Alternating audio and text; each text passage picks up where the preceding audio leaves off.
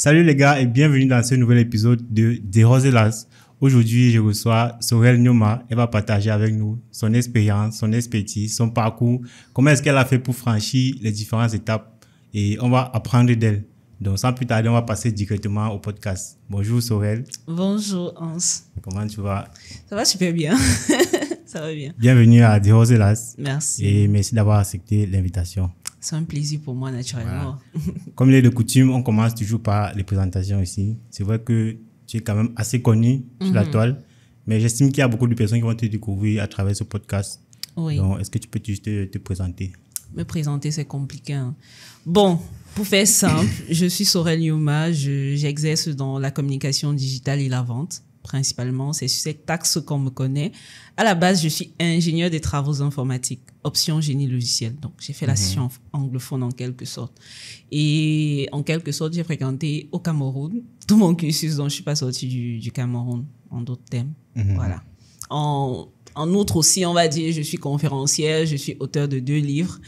Voilà, c'est un peu ça pour ma présentation pour le moment. Ok. Très belle présentation et très bref. Ouais, très bref, ça c'est là d'aller à l'essentiel. Ok, il y a aussi beaucoup de personnes qui ne me connaissent pas, donc je vais aussi me présenter, qui puissent me découvrir aussi à travers le podcast.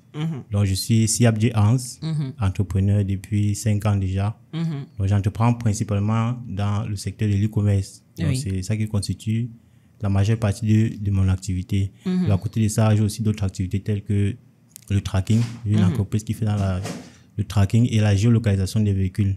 Donc, j'ai une autre entreprise qui accompagne des personnes qui veulent aussi se lancer en e-commerce. Une communauté en quelque sorte. C'est une communauté que je bâtis pour accompagner des personnes qui veulent aussi se lancer en e-commerce afin de pouvoir conquérir une bonne part du marché parce que seul, on est un peu limité dans les chiffres qu'on peut réaliser. Donc, avoir une communauté de personnes avec qui on va travailler pour conquérir vraiment le segment de l'e-commerce. On va dire si c'est seulement dans la ville de Douala, ça serait déjà une bonne chose. Oui. Donc, à côté de ça aussi, je suis réalisateur.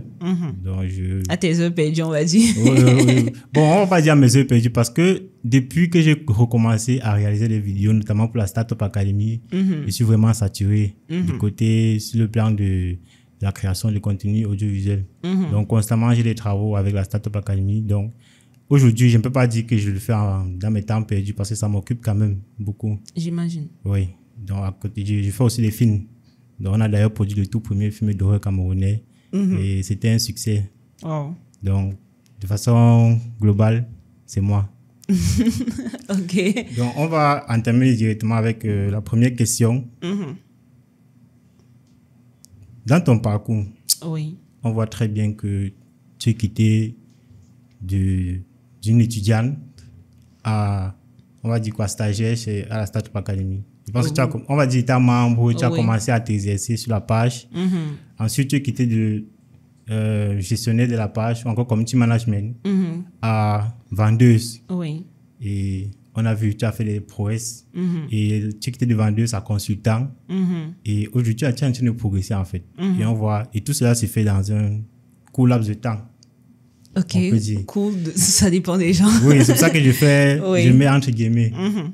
Bon, comment est-ce que tu as su qu'il fallait, par exemple, quitter de community manager à vendeuse?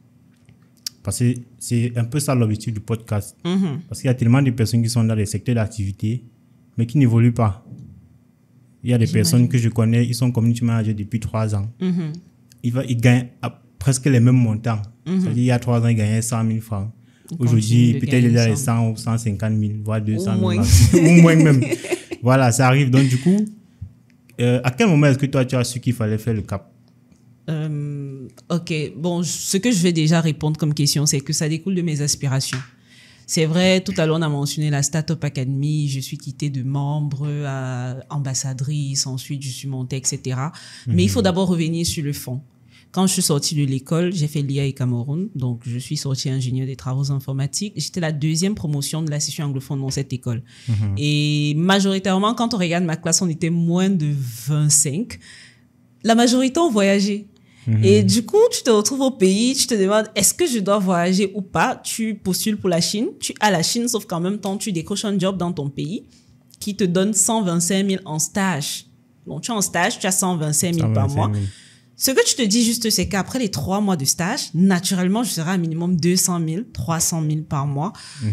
Du coup, j'ai décliné la bourse parce que j'avais une bourse dans la 10e meilleure université sur 600 universités en Chine, dont Harbin Institute of Technology. C'est là-bas que j'étais censée partir. Mais j'ai eu la bourse. J'ai dit non, j'ai 125 000, je reste au Cameroun. Je vais pas laisser ma mère seule, j'ai déjà 125 000, donc moi ça va monter naturellement. Mais sauf que 15 mois plus tard, ça ne monte pas. Au contraire, parfois on te donne un 5 000 aujourd'hui. J'ai d'abord le taxi et moi, à Yaoundé, j'habitais dans le quartier qu'on appelle Olimbe parce que c'est dans ce quartier que mes parents ont construit. Et je travaillais à Hawaï Escalier, notamment vers le collège Père Monti. Donc, en moyenne, pour partir au travail, je dépensais 1 000 francs. Aller-retour, ça faisait 2 000. Sans compter 1h30 dans le taxi en allant et en rentrant parfois 2 heures. Donc, on brûle facilement 4 heures de temps dans le taxi. Et du coup, c'était pas trop évident parce que tu te dis, les projections que j'ai fait, j'ai laissé l'école où j'étais censée partir pour venir dans votre entreprise. Oui, j'ai eu une bourse pour venir dans votre entreprise et du coup, mes aspirations sont un peu en train de fuir.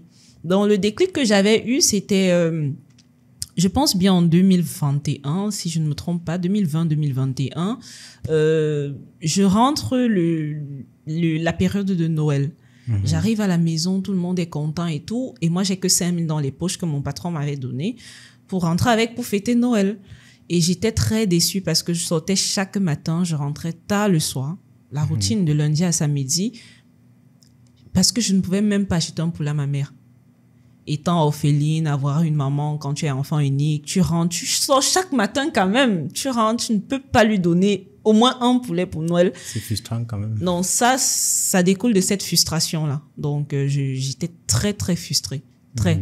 Peut-être quand je dis très frustrée comme ça, on prend ça à la légère, mais j'étais tellement sidérée au point où le 31 janvier, quand les gens sortent, ils partent à l'église, ils partent dans les ambiances, je suis restée dormir à la maison. Ma mère s'est posé les questions de savoir qu'est-ce qui ne va pas, pourquoi est-ce que je n'interagis pas avec les gens. En fait, le 1er janvier, tout le monde m'énervait. J'estimais que vous êtes dans un quartier pauvre, vous vivez dans la pauvreté, vous vous souhaitez bonne année, tout ça ne sert à rien, pourtant vous n'avez pas l'argent, vous allez recommencer la même année de la même façon. Donc, c'est comme ça que j'entame dans le process de démission, clairement, dans l'entreprise où j'étais, et ça m'a fait 3 mois. Et pendant cette période-là, j'étais très, très orientée, très focus sur l'apprentissage. Donc là, j'ai commencé à écouter certains mentors sur YouTube. J'ai commencé à changer mon environnement. Je passais moins de temps au quartier avec les gens. Parfois, même avec ma maman, je ne passais plus de temps. Les oncles qui venaient à la maison, ce n'était pas mon problème. Je restais trop sur les écrans parce que je voulais tout le temps me documenter. Je restais beaucoup sur les livres parce que je voulais apprendre des expériences des autres. Je me demandais comment les autres font. Parce que quand j'écoutais tout le temps au travail ce que les gens disaient, je prenais des notes. J'étais vraiment à l'école parce qu'on a souvent tendance à croire que l'école, c'est le banc, c'est aller chaque matin et tout. Donc moi, je suivais beaucoup de contenu sur YouTube. J'ai commencé à faire certaines certifications gratuites dont on ne sait pas. Il y a beaucoup de sites qui offrent ces certifications-là. Et c'est comme ça que progressivement, j'ai commencé à me détacher de l'entreprise au point de démissionner. Quand je démissionne, je décide de prendre une année sabbatique. Et pendant cette année, mon problème, c'était de vraiment trouver ma voie. Ce que je voulais réellement faire de ma vie. Parce que n'ayant pas les parents qui pouvaient me payer la France ou alors le Canada, il fallait bien que je trouve quelque chose à faire de ma vie. J'ai pas les oncles qui allaient me placer quelque part et tout ce qui va dans ce sens-là. Donc, j'ai commencé à sérieusement réfléchir sur ma vie. Et pour réfléchir sur ma vie, j'ai dû rentrer, je vais dire quoi, dans les racines. Donc, moi, j'ai fait des écoles à l'Est Cameroun. Je suis de Bertois. Bon, pas que je suis de Bertois, mais j'ai fréquenté à Bertois parce que moi, je suis du centre. Et là, je suis rentrée dans mon collège. J'ai un peu vu ce qui m'a déconnecté de ce collège parce que j'ai arrêté là-bas en 4e. Quand mon papa est décédé, j'ai dû me remonter sur Yaoundé parce que nous sommes de là. Et donc, je rentrais pour me connecter un peu aux sources, pour comprendre un peu qui je suis, pour un peu comprendre mes aspirations. Et j'ai fait genre 2 mois pratiquement à Bertois. Je sillonnais, je me baladais, je me reconnectais à ce que je faisais quand j'étais petite. Et c'est comme ça que je me suis dit, finalement, je ne voyage plus. Je ne voyage plus. Pourquoi? La période là, j'avais encore postulé et Corona est arrivé. Donc, quand Corona est arrivé, il n'y a plus moyen de sortir du pays. L'école m'avait renvoyé une note par mail comme quoi tous ceux qui ont postulé dans leur école, qui sont en Chine, pourront entrer dans l'école. Mais ceux qui sont hors de la Chine ne pourront plus venir en Chine. Et du coup, je me suis dit, bon, ça va. Le passeport que j'ai fait, c'est bon. Je ne m'intéresse plus jamais au voyage. Si je voyage, c'est que c'est volontaire. Je pars pour des vacances, je pars pour m'amuser, je rentre. Mais j'oublie l'option voyage. Et donc là, qu'est-ce qu'il y a lieu de faire concrètement? Ok, je suis ingénieur des travaux informatiques. Sincèrement, au fond de moi, je savais que le code ne m'intéressait pas. Donc, c'est quand je suis arrivée en entreprise que j'ai commencé vraiment à apprendre, j'ai envie de dire quoi, le design graphique. J'ai commencé à apprendre le design avec XD parce qu'on nous avait pas appris ça à l'école. Donc, je voyais que j'avais plus cette capacité à convaincre le client. C'était toujours moi que mon chef envoyait quand il fallait aller représenter l'entreprise pour des conférences ou aller faire des présentations en entreprise. Et à chaque fois que je lui demandais c'est quoi, pourquoi est-ce qu'il m'envoie comme ça, il refusait de me dire et il me disait moi-même je vais découvrir. Donc, faire ce voyage, c'était un peu aller faire cette introspection pour voir quelles sont les compétences ou alors les soft skills que moi j'ai déjà et que je pourrais utiliser dans ce que je veux faire. Donc de là, je conclus le fait que quand je démissionnais, j'avais pour ambition de lancer Sneakom. Sneakom qui était simplement une agence de web design et marketing, qui l'est même toujours aujourd'hui. Et je me dis, je vais me focaliser dessus. Donc on va rester focus sur un seul projet. Donc, voilà comment je quitte clairement de cette étudiante, de cette stagiaire dans l'entreprise en ne plus finir, à cette fille qui prend la décision de sa vie de vraiment se focaliser sur Sneakom. Et là, au passage, j'ai eu des amis qui se sont joints à moi. Après, c'est parti en queue de poisson. Je vais pas forcément entrer dans ce détail, mais c'est parti en queue de poisson et je me suis retrouvée à la Startup Academy parce que je me disais, j'écoute Philippe Simon en ligne, j'écoute les Matt Karine en ligne. Et derrière Philippe Simon, je découvre Claudel Noubissi. Et je me dis, Philippe vient au Cameroun, il fait des événements à 50 000. Pauvre étudiante, je ne peux pas payer ces événements à 50 000 à Douala parce que non seulement il faut payer 50 000, il faut voyager pour venir à Douala. Je me disais, non, c'est pas mon niveau. Et un jour, je découvre Claudel sur sa page. Je dis, waouh. Ce gars, s'il cause avec Philippe, qui est mon mentor, ça veut dire que lui aussi peut être mon mentor, logiquement. Et je me rends compte que Claudel a la Startup Academy, il a Yaoundé, c'est sur place dans ma ville. Et je me dis juste que non, si toi, tu ne pars pas là-bas, c'est que au fond de toi, c'est la paresse. Donc, si tu as la possibilité de changer ta vie de misère et que tu ne pars pas où tu peux changer ça, c'est que c'est toi le problème. À côté de ça, je savais aussi que j'avais bien envie de faire communication. Mes deux amies avec lesquelles je m'étais mis ensemble, parce qu'il faut toujours commencer comme ça, elles avaient fait communication et relations publiques. Et au fond de moi, j'étais un peu complexée parce que j'ai fait informatique. C'est vrai, je communique bien, j'ai pas de souci avec le marketing, j'ai des notions, j'ai même des certifications. Mais au fond de moi, j'avais ce syndrome de l'imposture, quoi. Je me disais, non, c'est pas ma place. Oui, j'ai pas qualité. Même quand on partait prospecter, je les mettais en avant. Pourtant, j'avais plus de capacité à convaincre. Donc, c'est comme ça que je me retrouve à la Startup Academy. La première fois que je mets mes pieds là-bas, c'est pour payer l'adhésion et le livre Le jeune entrepreneur africain. Donc, je partais pas nécessairement pour le docteur Claudel. Je partais parce que je savais que dans cet environnement, je peux grandir. Je ne pars pas parce que je suis fan du docteur. Attention, parce qu'il y a des gens qui vont s'inscrire à la start-up parce qu'ils sont fans du docteur. Et ils vont passer à côté de beaucoup d'opportunités. Pourtant, leur chance ou alors la chance de leur vie, ça peut être Hans, ça peut être Dylan qui est là, ça peut être Bouhari, ça peut être Rutherford. Et beaucoup passent à côté de ça. Oui, les gens se disent non, comme c'est la Startup Academy, si c'est pas le docteur, je ne viens pas. Et moi, j'avais mis le docteur. Dans les événements, ça se traduit très bien. Oui, ça se traduit très bien. J'avais mis ça de côté. Pour moi, mon ambition, ce n'était pas véritablement d'être avec le docteur. Pour moi, je sentais que c'est un environnement où je vais me sentir transformée. Pour moi, c'était le plus important. Donc, au passage, je suis arrivée à la Startup Academy. Je croisais souvent le docteur aux escaliers. C'était bonjour de politesse. C'était jamais du fanatisme. La véritable photo que j'ai eue avec le docteur, c'était quand j'étais déjà meilleure vendeuse. Et là, c'était pendant les excursions qu'on avait avec les vendeurs. J'avais jamais pris une photo siège avec le docteur. Que non, docteur, s'il vous plaît. Parce qu'au fond, j'étais pas fan. Je n'étais pas fan de la personne. Je suis fan de Claudel, la personne simple au quotidien, mais pas le personnage. Parce que j'ai appris à connaître la personne. Donc, du coup, quand moi j'arrive à la start-up, je m'inscris naturellement. Première réunion, la coordonnatrice à l'époque, Anne-Marie Akouda, elle nous fait comprendre qu'on veut les ambassadeurs de la Startup Academy. Et pour être ambassadeur, il va falloir avoir fait 2 talks. Je me dis, waouh, le talk, c'est d'abord quoi? Et quand on me demande de faire 2 talks, est-ce que j'ai déjà la cote pour faire les événements comme le docteur, parce qu'elle expliquait un peu. Après, pendant la réunion, je lui ai dit que non, bon, s'il faut faire le talk pour être ambassadrice de la Startup Academy, il n'y a pas de problème. Mettez mon nom, la semaine prochaine, je vais faire le talk. Et à cette époque, j'avais un projet que j'appelais Shop Anything from China. Parce que j'avais des amis en Chine, vu que j'avais pour ambition d'aller en Chine. J'avais des amis avec lesquels je communiquais, et vu que j'achetais certains vêtements en Chine, je me disais, ouais, je peux lancer ce projet-là et acheter pour d'autres personnes. Donc, c'était ce projet que j'avais. Donc, pour le talk, j'ai décidé de faire un thème qui allait dans le sens de l'e-commerce. Et c'était, je pense, un mercredi comme ça. Donc, on était samedi, et le mercredi d'après, je devais faire le talk. Et ce qui s'est passé, c'est que j'ai fait le talk. J'ai fait le talk. À ma grande surprise, il y avait pas mal de personnes à mon talk. On n'a pas trop communiqué. Et quand je fais l'introspection, je me rends compte que mon visage, c'est comme s'il parle aux gens. C'est comme s'il attire les gens. Et la thématique aussi, à cette époque, quand tu parlais de marketing digital, de e-commerce, tu attirais les gens naturellement. Donc, j'ai beaucoup surfé sur ça. Et pendant cette période, en même temps, vu que j'étais encore à la maison avec ma maman, j'ai juste pris l'argent de la cotisation. Donc, je cotisais à travers la réunion de ma mère.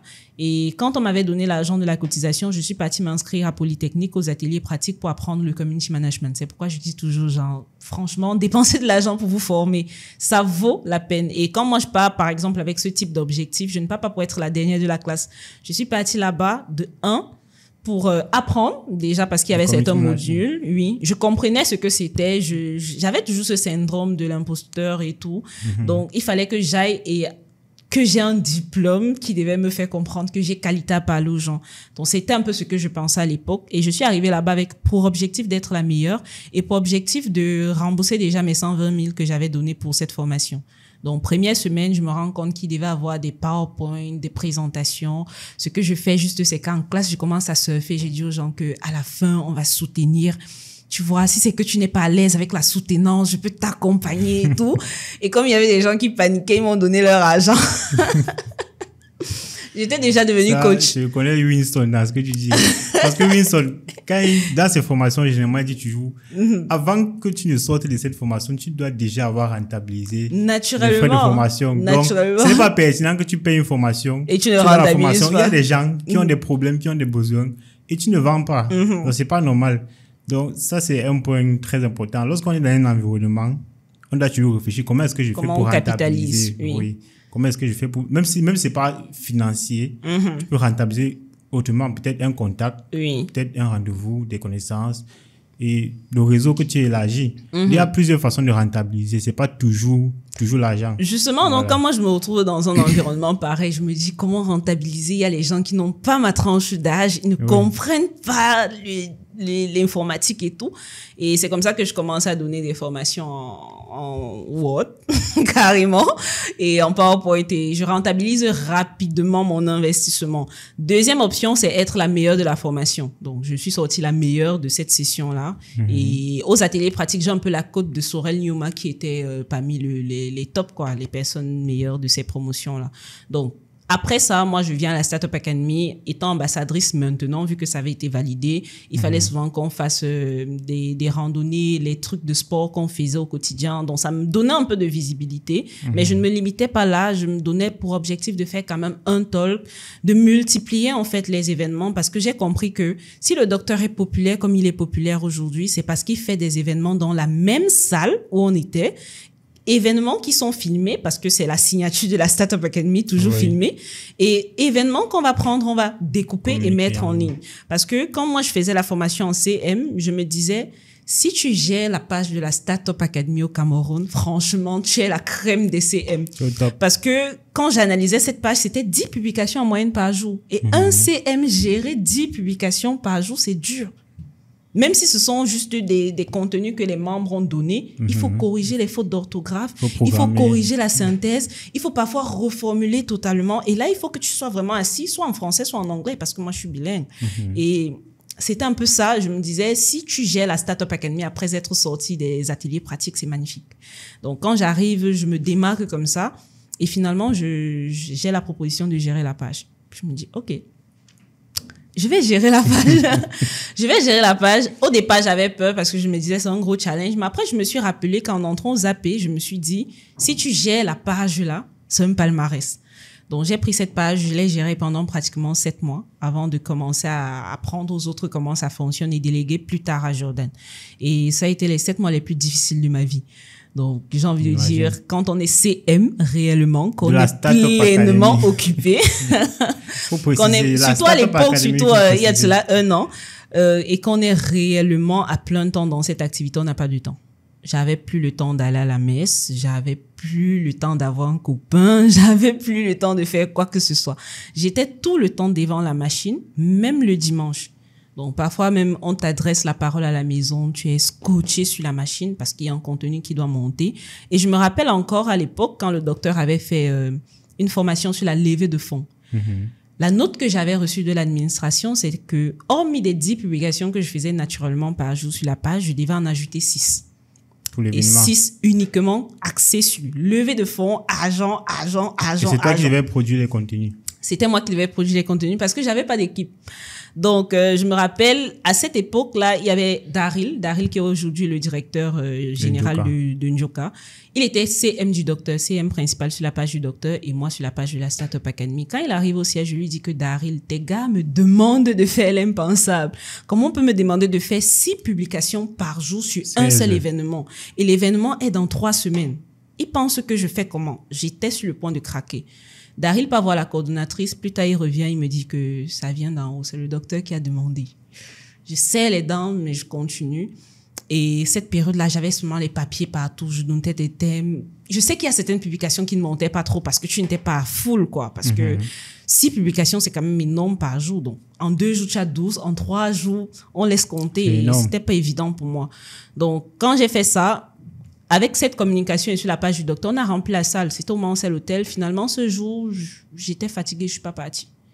Donc, j'ai fait un travail pour lequel je suis pas partie. Et plus tard, je me rends juste compte qu'il y a eu plusieurs personnes. Il y a eu des retours par rapport aux ventes et ce qui allait se faire là-bas. Mais moi, personnellement, avant ce jour-là, j'ai craqué. Donc, 1 semaine avant, j'avais craqué. Un dimanche, je me lève le matin, je reçois les messages de Anne-Marie Chrysostome par rapport à l'événement et tout. Je regarde mon téléphone, j'ai commencé à pleurer. Pleurer à chaudes larmes, que je suis fatiguée de cette vie. À la base, je devais être en Chine, posée, avoir mes 300 000 par mois, faire mon master naturellement. Et là, je suis en train de gagner 100 000 et je fais autant d'efforts et chaque jour on m'écrit. On m'écrit, on ne connaît plus le dimanche. Donc, j'ai commencé à pleurer, j'ai craqué. Et après, je me suis ressaisie. Je me suis dit, tu as décidé de changer ta vie. Il faut bien que tu passes par ces événements-là. Et c'est comme ça que je me suis ressaisie. J'ai continué la com. Et on a eu le résultat qu'on a eu. C'est vrai qu'après, il y a eu d'autres challenges. Après, plus tard, même, j'ai eu le challenge de remplir une salle au Bénin quand on était parti récemment au Bénin. Mais là, j'étais même plus CM de la start-up parce que j'avais délégué. Mais pour la start-up, c'était vraiment ce qui m'avait fait craquer, quoi. Donc, en d'autres termes, c'est comme ça que je suis membre de la Startup Academy. Je suis meilleure membre parce que j'ai déjà eu des prix, sauf que en étant meilleure vendeuse au Scénic et meilleure membre, me donner un prix comme quoi tu aurais une consultation avec le docteur, limite, pour moi, c'était gratuit. Donc, je me disais, donnez ça aux autres personnes. Moi, j'ai pas besoin de ça. J'ai des photos professionnelles déjà. Donc, je voyais pas l'essence même d'aller encore vers profiter de ces bonus-là. Donc, c'est comme ça que j'ai fait mon bout de chemin à la Startup Academy. Au passage, j'étais toujours celle qui était au coworking, qui partageait de son expérience, de ses connaissances avec les gens. Donc, c'est un peu ça la start-up. Tu arrives, tu as un problème, Sorel est dans la communication, tu demandes à Sorel, elle ne va pas te dire paye, elle ne va pas te dire consultation. Justement. Elle va te dire, OK, moi je pense que pour ce que tu es en train de faire, voici ce que je vois que tu devrais faire. Pourquoi tu es même sur le digital? Est-ce que c'est forcé? Moi, je pense que ton activité, là, il faut laisser le digital, va plutôt comme ça. Donc, c'était un peu cette Sorel que l'on a eu à la Startup Academy et que l'on a toujours, parce qu'il y a des gens qui se disent, ils ne peuvent pas causer avec moi, mais nous sommes dans la même communauté, c'est que tu as besoin de moi. S'il arrive, naturellement, s'il arrive où tu es, il peut te poser les questions. Oui. Mais s'il part peut-être sur la page. Non, là, ça sera compliqué. J'ai besoin d'une consultation. Non, sur la page, c'est compliqué. J'ai toute une équipe aujourd'hui. Oui. Donc, il y a de fortes chances que lorsqu'on écrit sur la page, ce ne soit pas moi. Parfois, je ne regarde pas les messages. Beaucoup de personnes commettent ces erreurs-là. Tu as besoin d'un service, d'un accompagnement. Tu n'as pas les ressources financières pour cela. Utilise d'autres moyens. Tu peux peut-être intégrer la communauté, acheter une formation, assister à un événement. Et tu vas rencontrer la personne. Et encore le secret. Une fois devant la personne, c'est impossible que la personne ne te réponde pas. Oui, et en fait, le secret que les gens ne savent pas, c'est que quand tu as déjà acheté un truc chez une personne, même si tu écris à minuit, il va te répondre. Justement. Quand tu es déjà client, que tu as déjà acheté une seule fois, et même si tu ne reviens pas pour acheter, il va te répondre. Donc, parfois, j'ai du mal avec les étudiants qui disent que non, ils sont étudiants, c'est dur. Ah, les gars, j'ai perdu mon père à 12 ans. Donc, quand les gens viennent souvent m'expliquer le problème sur la page, j'ai perdu mon père à 12 ans. C'est pas comme c'est, ok, j'ai fait de bonnes écoles parce qu'il y a eu des économies qui ont payé, il y a la famille qui a favorisé ça, mais à un moment, si tu ne te bouges pas, j'ai pris la cotisation, j'aurais pu aller m'acheter une mèche. J'aurais pu aller m'acheter des chaussures, des greffes et tout parce que j'aime bien ça, mais j'ai pris la cotisation pour aller payer pour la connaissance. Vous pensez qu'aujourd'hui je regrette? Non. Donc, quand un étudiant vient me dire que je n'ai pas l'argent, j'ai du mal à comprendre. Il est bien habillé. Il est bien habillé. Sapé. Moi, je prends toujours l'exemple de Boari. Boari a vendu sa table d'étudiant pour venir à la Startup Academy. Le dernier podcast, j'ai demandé au docteur, est-ce que ce n'est pas la secte là? Non, c'est pas la secte. C'est juste que quand tu sais comment ce tu expliques que quelqu'un pose sa table et ses chaussures, il peut vendre. Ça, c'est... Non, chacun fait les sacrifices qu'il peut faire. Oui. Non, pour atteindre l'objectif qu'il souhaite atteindre. À quel point c'est pertinent parfois de prendre certaines décisions pour changer les choses. Parce que je suppose que c'était sa seule table et peut-être une de ses meilleures chaussures. Peut-être qu'il ne savait même à rien. Peut-être qu'il apprenait sur le lit. Et Winson aussi, dans le dernier podcast, disait, lui, il a pris l'argent de sa pension pour payer son adhésion. Voilà. Donc, c'est juste pour dire que lorsqu'on veut vraiment quelque chose, on doit se donner les moyens. Parce que lui, il pouvait aussi partir dire que non, je suis étudiant, aidez-moi. Et ça ne marche pas. C'est quelque chose qui ne marche pas. Donc, ce qu'il faut faire, même si tu n'as pas payé l'adhésion ou payer un produit, assiste au moins à un événement. Régulièrement même, que la personne te remarque. Oui, régulièrement, il y a les événements. Donc, ça, c'est l'un des meilleurs moyens de se rapprocher. Parce qu'après, les gens se disent que c'est toujours peut-être un problème d'argent, que lorsque les gens sont populaires, je vais prendre un cas. Hein. Sur ma page, j'ai eu une dame qui m'a contacté, qu'elle a fait une formation en community management et elle voulait avoir de l'accompagnement. Ma première question, c'est que tu as fait la formation où? Tu veux que je t'accompagne comment? Et elle m'explique qu'elle a 2 enfants, que c'est tellement dur chez elle. Elle veut l'accompagnement. Parce que quand elle est d'abord venue, c'était en mode professionnel. Elle veut l'accompagnement. Je lui ai dit X somme. Et elle me dit c'est trop cher et tout. Elle commence à me parler de Dieu, que vraiment je ne dois pas trop mettre l'argent en avant parce que Dieu va me punir et tout. Je compatis sur le fait qu'elle a des enfants, elle veut s'en sortir dans la vie. Je prends ma formation complète, 10 jours pour devenir community manager, des vidéos. Je lui donne parce que cette formation a donné des résultats à certaines personnes. Elle me dit, c'est pas suffisant. Elle commence à m'expliquer les choses sur Dieu et tout. Ça m'a saoulée. Je lui ai dit, madame, je ne vous connais ni d'Adam, ni d'Ève. Vous venez dans mon inbox me poser vos problèmes. Je compatis, je vous donne ma formation et vous n'êtes pas foutu de me dire merci. Parce que je me rappelle que quand je faisais cette formation, à la Startup Academy, on peut demander à n'importe qui. J'avais maigri, j'avais noirci. Si on regarde ces vidéos-là, c'était pas Sorel de maintenant. Donc, je me cherchais. Les vidéastes ne m'ont pas loupé. J'ai dépensé 500 000 francs. 500 000 totalement. Et quand je vois cette dame qui vient me demander, mais tu ne m'aides pas et tout, tes vidéos ne vont me servir à rien. Je me dis, mais est-ce que tu sais qu'il y a des gens qui ont des résultats avec ces vidéos que tu es en train de banaliser? Elle m'a encore parlé de Dieu et tout, que je ne dois pas mettre l'argent en avant. Ce que j'ai fait, c'est que j'ai supprimé la formation que je lui ai donnée, je l'ai bloquée. Parce que je me suis dit, voilà un exemple typique de quelqu'un qui ne veut pas. Gentil. Moi, je n'arrive jamais à ça. Et il était plus de 23 heures. Tu étais trop gentil. Quand elle m'écrivait, il était plus de 23 heures. Quand quelqu'un t'aborde déjà, tu comprends que la personne n'est pas sérieuse. Et même si c'est que, généralement, je ne travaille pas avec ce type de personnes. Parce que même si la personne paye, après, la personne va te casser la tête. Elle va te casser la tête. Casser les problèmes. Donc, quand je suis face à ce type de client, généralement, je mets juste une barrière. Non, je ne peux pas travailler. Je ne collabore pas. Après, il faut un peu, peut-être, moi, il faut d'abord vivre savant de comprendre qu'il faut mettre les barrières. Parce bon, justement, peut-être c'est parce qu'il y a trop vécu ça que je dis. Vraiment, quand je ressens déjà que ça, c'est le personnage typique de ce type de profil, directement, je bloque tout. Parce que, et moi, je suis dans un secteur où il faut vraiment constamment innover. Il faut toujours chercher de nouvelles informations, toujours chercher de nouveaux produits. Donc, quand tu travailles avec quelqu'un qui n'est pas smart, qui ne comprend pas, c'est ça, quand je communique souvent, que j'organise une formation, je donne toujours les prérequis. Pour assister à ma formation, tu dois déjà avoir telle compétence. Et déjà avoir un minimum d'expérience en ce qui concerne la vente en ligne. Parce que je ne prends pas celui qui ne connaît rien. Si tu ne connais rien, tu dois quand même rouler ta bourse avant de venir. Oui. Va quelque part te chercher d'abord. Quand tu commences à faire 1, 2, 3 ventes, tu viens. Je t'aide maintenant à faire plus. Oui. Ça, c'est souvent le problème parce que les gens se disent que quand tu es en ligne, toi, tu es sorti de nulle part, tu as eu trop d'opportunités, tu es monté. Aujourd'hui, on est en train de parler de mon parcours et je vais briefer les gens parce que peut-être ils ne comprennent pas quand je dis j'ai pleuré en tant que CM. Et encore dernièrement, il y a un monsieur que je respecte beaucoup qui m'a fait comprendre que j'ai pas de référentiel parce que voilà, j'ai géré la Startup Academy, ça a adossé sur le docteur. Donc, en tant que CM, on ne peut pas me donner un poids, quoi, au Cameroun. Je me suis dit, c'est toi qui te donnes le poids ou c'est moi qui me donne le poids. C'est le community management. Toi aussi, tu peux gérer peut-être la communication de certains grands influenceurs. On va se dire non. On les a vus dans les films. Le problème même avec les community management, c'est que les gens ne comprennent pas, c'est que chaque page est typique. Oui, chaque page a ses tu besoins. te fonds en fait dans les chaussures de la personne pour laquelle tu communiques et c'est ça qui montre que tu es un bon CM. Parce que moi, il y a des contenus que j'ai rédigés sur la page. Les gens sont venus insulter le docteur, mais ils ne savaient pas que c'était moi. Et c'est là que je comprenais qu'en fait, j'ai atteint un niveau dans le CM où je me suis fondue dans le personnage. Et quand tu réussis à faire ça en tant que CM, tu es un bon CM. Justement.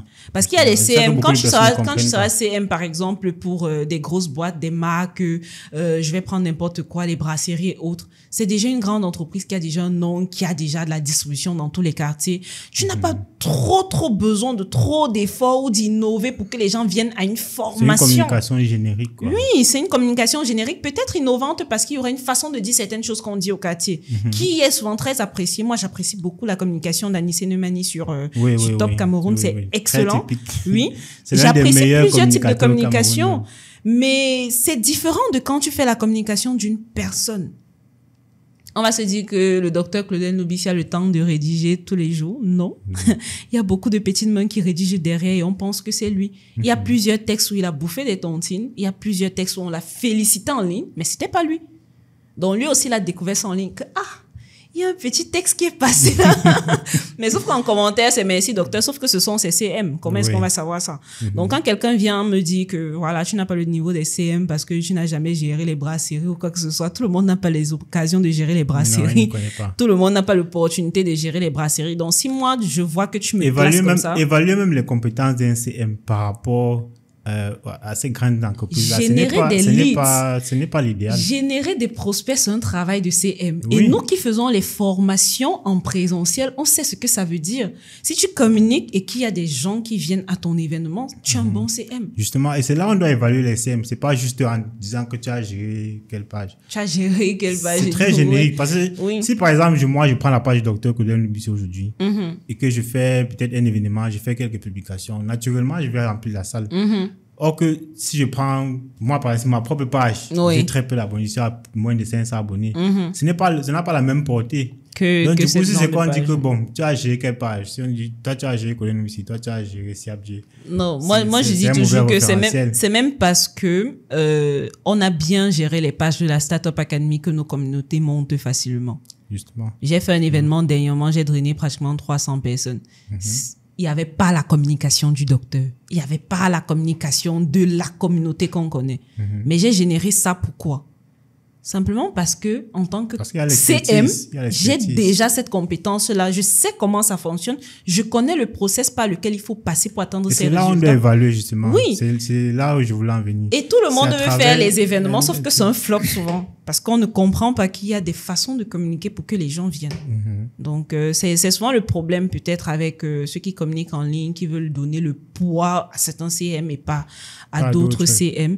Donc, pour revenir peut-être sur mon parcours, je vais revenir sur le fait que voilà, ayant été community manager de la Startup Academy, je n'ai plus voulu communiquer sur d'autres pages. Les pages n'en manquent pas. J'ai même manqué un voyage pour le Gabon simplement pour la communication digitale.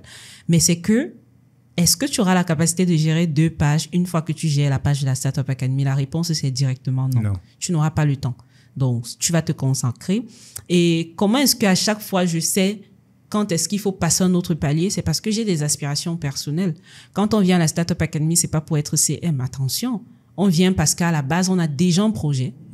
Et pour bien manager son projet, on sait que la Startup Academy, c'est cet environnement où tu vas beaucoup apprendre si tu vas apprendre. Et parce que tu es en train d'apprendre, tu te dis, OK, je fais partie de ceux qui sont créatifs. Je ne peux pas durer 1 an dans une activité. C'est pas possible. je vais m'ennuyer. C'est comme les gens me disent souvent que ton mentor a 800 idées, toi tu as 1000 idées par seconde. Non, mais je vais m'ennuyer. Donc, pour moi, c'est parfois difficile de rester longtemps en tant que CM, en tant que vendeuse, mon cerveau a besoin de faire d'autres choses. Et donc là, à la start-up, je sentais déjà que j'étais en train de stagner. Je sentais qu'il fallait passer la main à d'autres personnes. Et c'est ce que j'ai commencé à faire avec Jordan Lachekou. Je coachais Jordan, la formation que j'ai fait. J'avais déjà certaines personnes que j'avais sous la main. Et finalement, j'ai donné la main à Jordan. Et pendant cette période-là, j'étais en train de transiter vers les ventes au Scénic. Donc, j'étais en train de monter en tant que vendeuse. À cette époque-là, on avait Daryl, on avait Rutherford qui a toujours été le meilleur vendeur, on avait Kramer. Ensuite, on a eu... ouais. Ensuite, on a eu Bouhari qui se sont ajoutés avec Dylan dans le top des vendeurs, quoi. Aujourd'hui, chacun peut dispatcher. Daryl qui est DG de l'autre côté, Bouhari qui est en Côte d'Ivoire, etc. Mais c'est un peu comme ça que j'ai commencé à monter au Scénic. Mais encore, pour ceux qui vont me poser la question, comment tu t'es retrouvé au Scénic? Il faut aller où il y a les opportunités. Et là, je vais prendre un cas. Il y a beaucoup de personnes, ils écrivent sur la page du docteur, « Bonjour docteur, je veux que nous restons en contact. Bonjour docteur, enregistrez mon numéro, etc. » Peut-être vous enregistrez son numéro pour voir ses statuts, mais sauf qu'il faut apprendre à saisir les opportunités. Et c'est ce que moi, j'ai fait. En étant CM, naturellement, ma première fois de réellement m'asseoir avec le docteur, c'était parce que on avait une réunion avec les coordonnateurs de la Startup Academy ici à Douala. Nous sommes venus à Douala pour faire une réunion avec le docteur. Et c'est ce premier jour-là que je me suis vraiment assise avec le docteur. Bien que c'était mon boss suprême, parce qu'après la cordo, c'était lui, mais on ne se voyait pas. Donc, c'est comme ça que un jour, moi, je dis au docteur, à travers son statut, que je vais être vendeuse. Il commence à rire que Nyoma, tu veux vendre. Ça l'intriguait tellement. Après, il me dit, OK, demain, passe à mon bureau, je vais te donner le nécessaire pour que tu commences les ventes. J'arrive très ouvert. J'étais très étonnée. Il m'a donné toutes ses formations. Il m'a dit comment ça fonctionne. Et la question que je me suis posée, mais ce monsieur, il me voit dans son bureau, il me donne toutes ses formations, ça veut dire je peux vendre, je ne lui reverse pas l'argent, il n'est pas au courant, parce que c'est moi qui donne les accès. Mais ce que j'ai compris, c'est une grosse leçon, parce qu'il faut toujours donner la possibilité aux gens de te voler. Oui, justement. Là, ça te permet de tester tes collaborateurs. Je me suis dit, c'est un test. Et de toutes les façons, moi, je viens juste pour non seulement apprendre auprès de lui, et également pour me faire de l'argent. Parce que de toutes les façons, avec l'expérience du poulet que j'ai pas pu acheter à ma mère, on n'est pas prêt de rentrer dans ces séquelles. Oui, je ne voulais plus revivre ça. Donc, je me dis, je vais me donner à fond. Et en 2 semaines, j'ai généré 498 000. En 2 semaines. Mon argent, mes commissions. Pratiquement 5 mois de gains à la Startup Academy. Je me dis non. Mais tu étais où depuis? Parce que, en fait, le déclic de demander au docteur que je vais être vendeuse, c'est parce que je voyais Daryl à la Startup. Daryl prend le poids. Je dis à Daryl mais Daryl, tu prends le poids. Ça veut dire que chez le docteur, tu manges bien. Et du coup, quand je suis partie voir le docteur, j'ai dit au docteur qu'en fait, je vous contacte, parce que moi, j'ai toujours eu cette relation, je vous vois le docteur, je vous contacte simplement parce que Daryl prend le poids. Et il a commencé à rire. Pour lui, c'était vraiment drôle. Je lui disais, oui, vous êtes en train de rire, mais c'est sérieux. Daryl prend le poids et moi aussi, je veux prendre le poids. Nous deux, nous sommes CM, mais Daryl prend le poids. Et c'est comme ça qu'il me donne toutes ces formations. Je rentre, je me donne à fond. 2 semaines plus tard, fin novembre, je génère ce que j'ai généré. Fin décembre, je fais mon premier million. Donc, et là, je commence à monter. Et à cette période-là, j'avais été têtue en novembre. Parce que quand je causais avec le docteur, j'avais dit au docteur que je veux prendre un bureau pour Sneakom. Il m'avait dit non. Au lieu de prendre un bureau, l'idéal serait que tu prennes ton appartement. J'ai joué les grosses têtes. J'ai dit que non, je ne vais pas prendre mon appartement. Je vais laisser ma mère avec qui. C'est quand même ce réunion. Oui, je vais prendre le bureau. Je veux le bureau et tout. J'ai pris le bureau qui me coûtait pratiquement 200 000 par mois en plein centre de Yaoundé. J'ai pris 4 collaboratrices pour gérer le CM. Sauf que ce qui m'occupait dans ce bureau, c'était les ventes du Scénic. Même les clients qui venaient de d'autres pays, par exemple, j'ai un client qui est au Niger, un autre au Togo, ils sont venus à ce bureau, mais ils venaient pour le Scénic. Ils venaient pour le docteur, ils venaient pour mes ventes. Et je me rendais compte que ce bureau ne me servait à rien et que mes collaboratrices, j'avais pas en fait assez partagé la vision. Donc, elles étaient là. Si j'ai demandé de découper une vidéo, on découpe. Si j'ai rien demandé, on ne fait rien. La période où nous sommes partis au truc des vendeurs, la retraite des vendeurs à Kribi, elles ne venaient même plus au bureau. Donc, quand je reviens, c'est là que la réception me dit que tes filles ne venaient pas. J'ai dit, mais ça me sert à quoi d'avoir un bureau? Parce que j'avais pour mission de payer 50 000 de taxis à chacun, donc 200 000, plus le bureau 200 000. Je me rendais juste compte que mes ventes que je travaillais au Scénic partaient dans les charges inutiles. C'est comme ça que j'ai dû prendre une décision forte, aller louer un appartement de 2 chambres. Deuxième chambre, je crée mon bureau, mon espace de création de contenu et tout. Et l'autre chambre, je gère comme ma maison naturellement et je supprime tout le monde parce que j'étais pas assez prête pour gérer une équipe. Ça, c'est une décision dure. Et c'était une grosse leçon quand le docteur a constaté que j'ai pris l'appartement, parce que c'était Docine, un graphiste de la Startup Academy, qui dit au docteur que Nyoma a pris l'appartement. On était dans l'ascenseur ce soir-là. Le docteur m'a clairement embrassé pour me dire que tu as compris. Et que non, c'était dans la douleur, mais j'ai compris.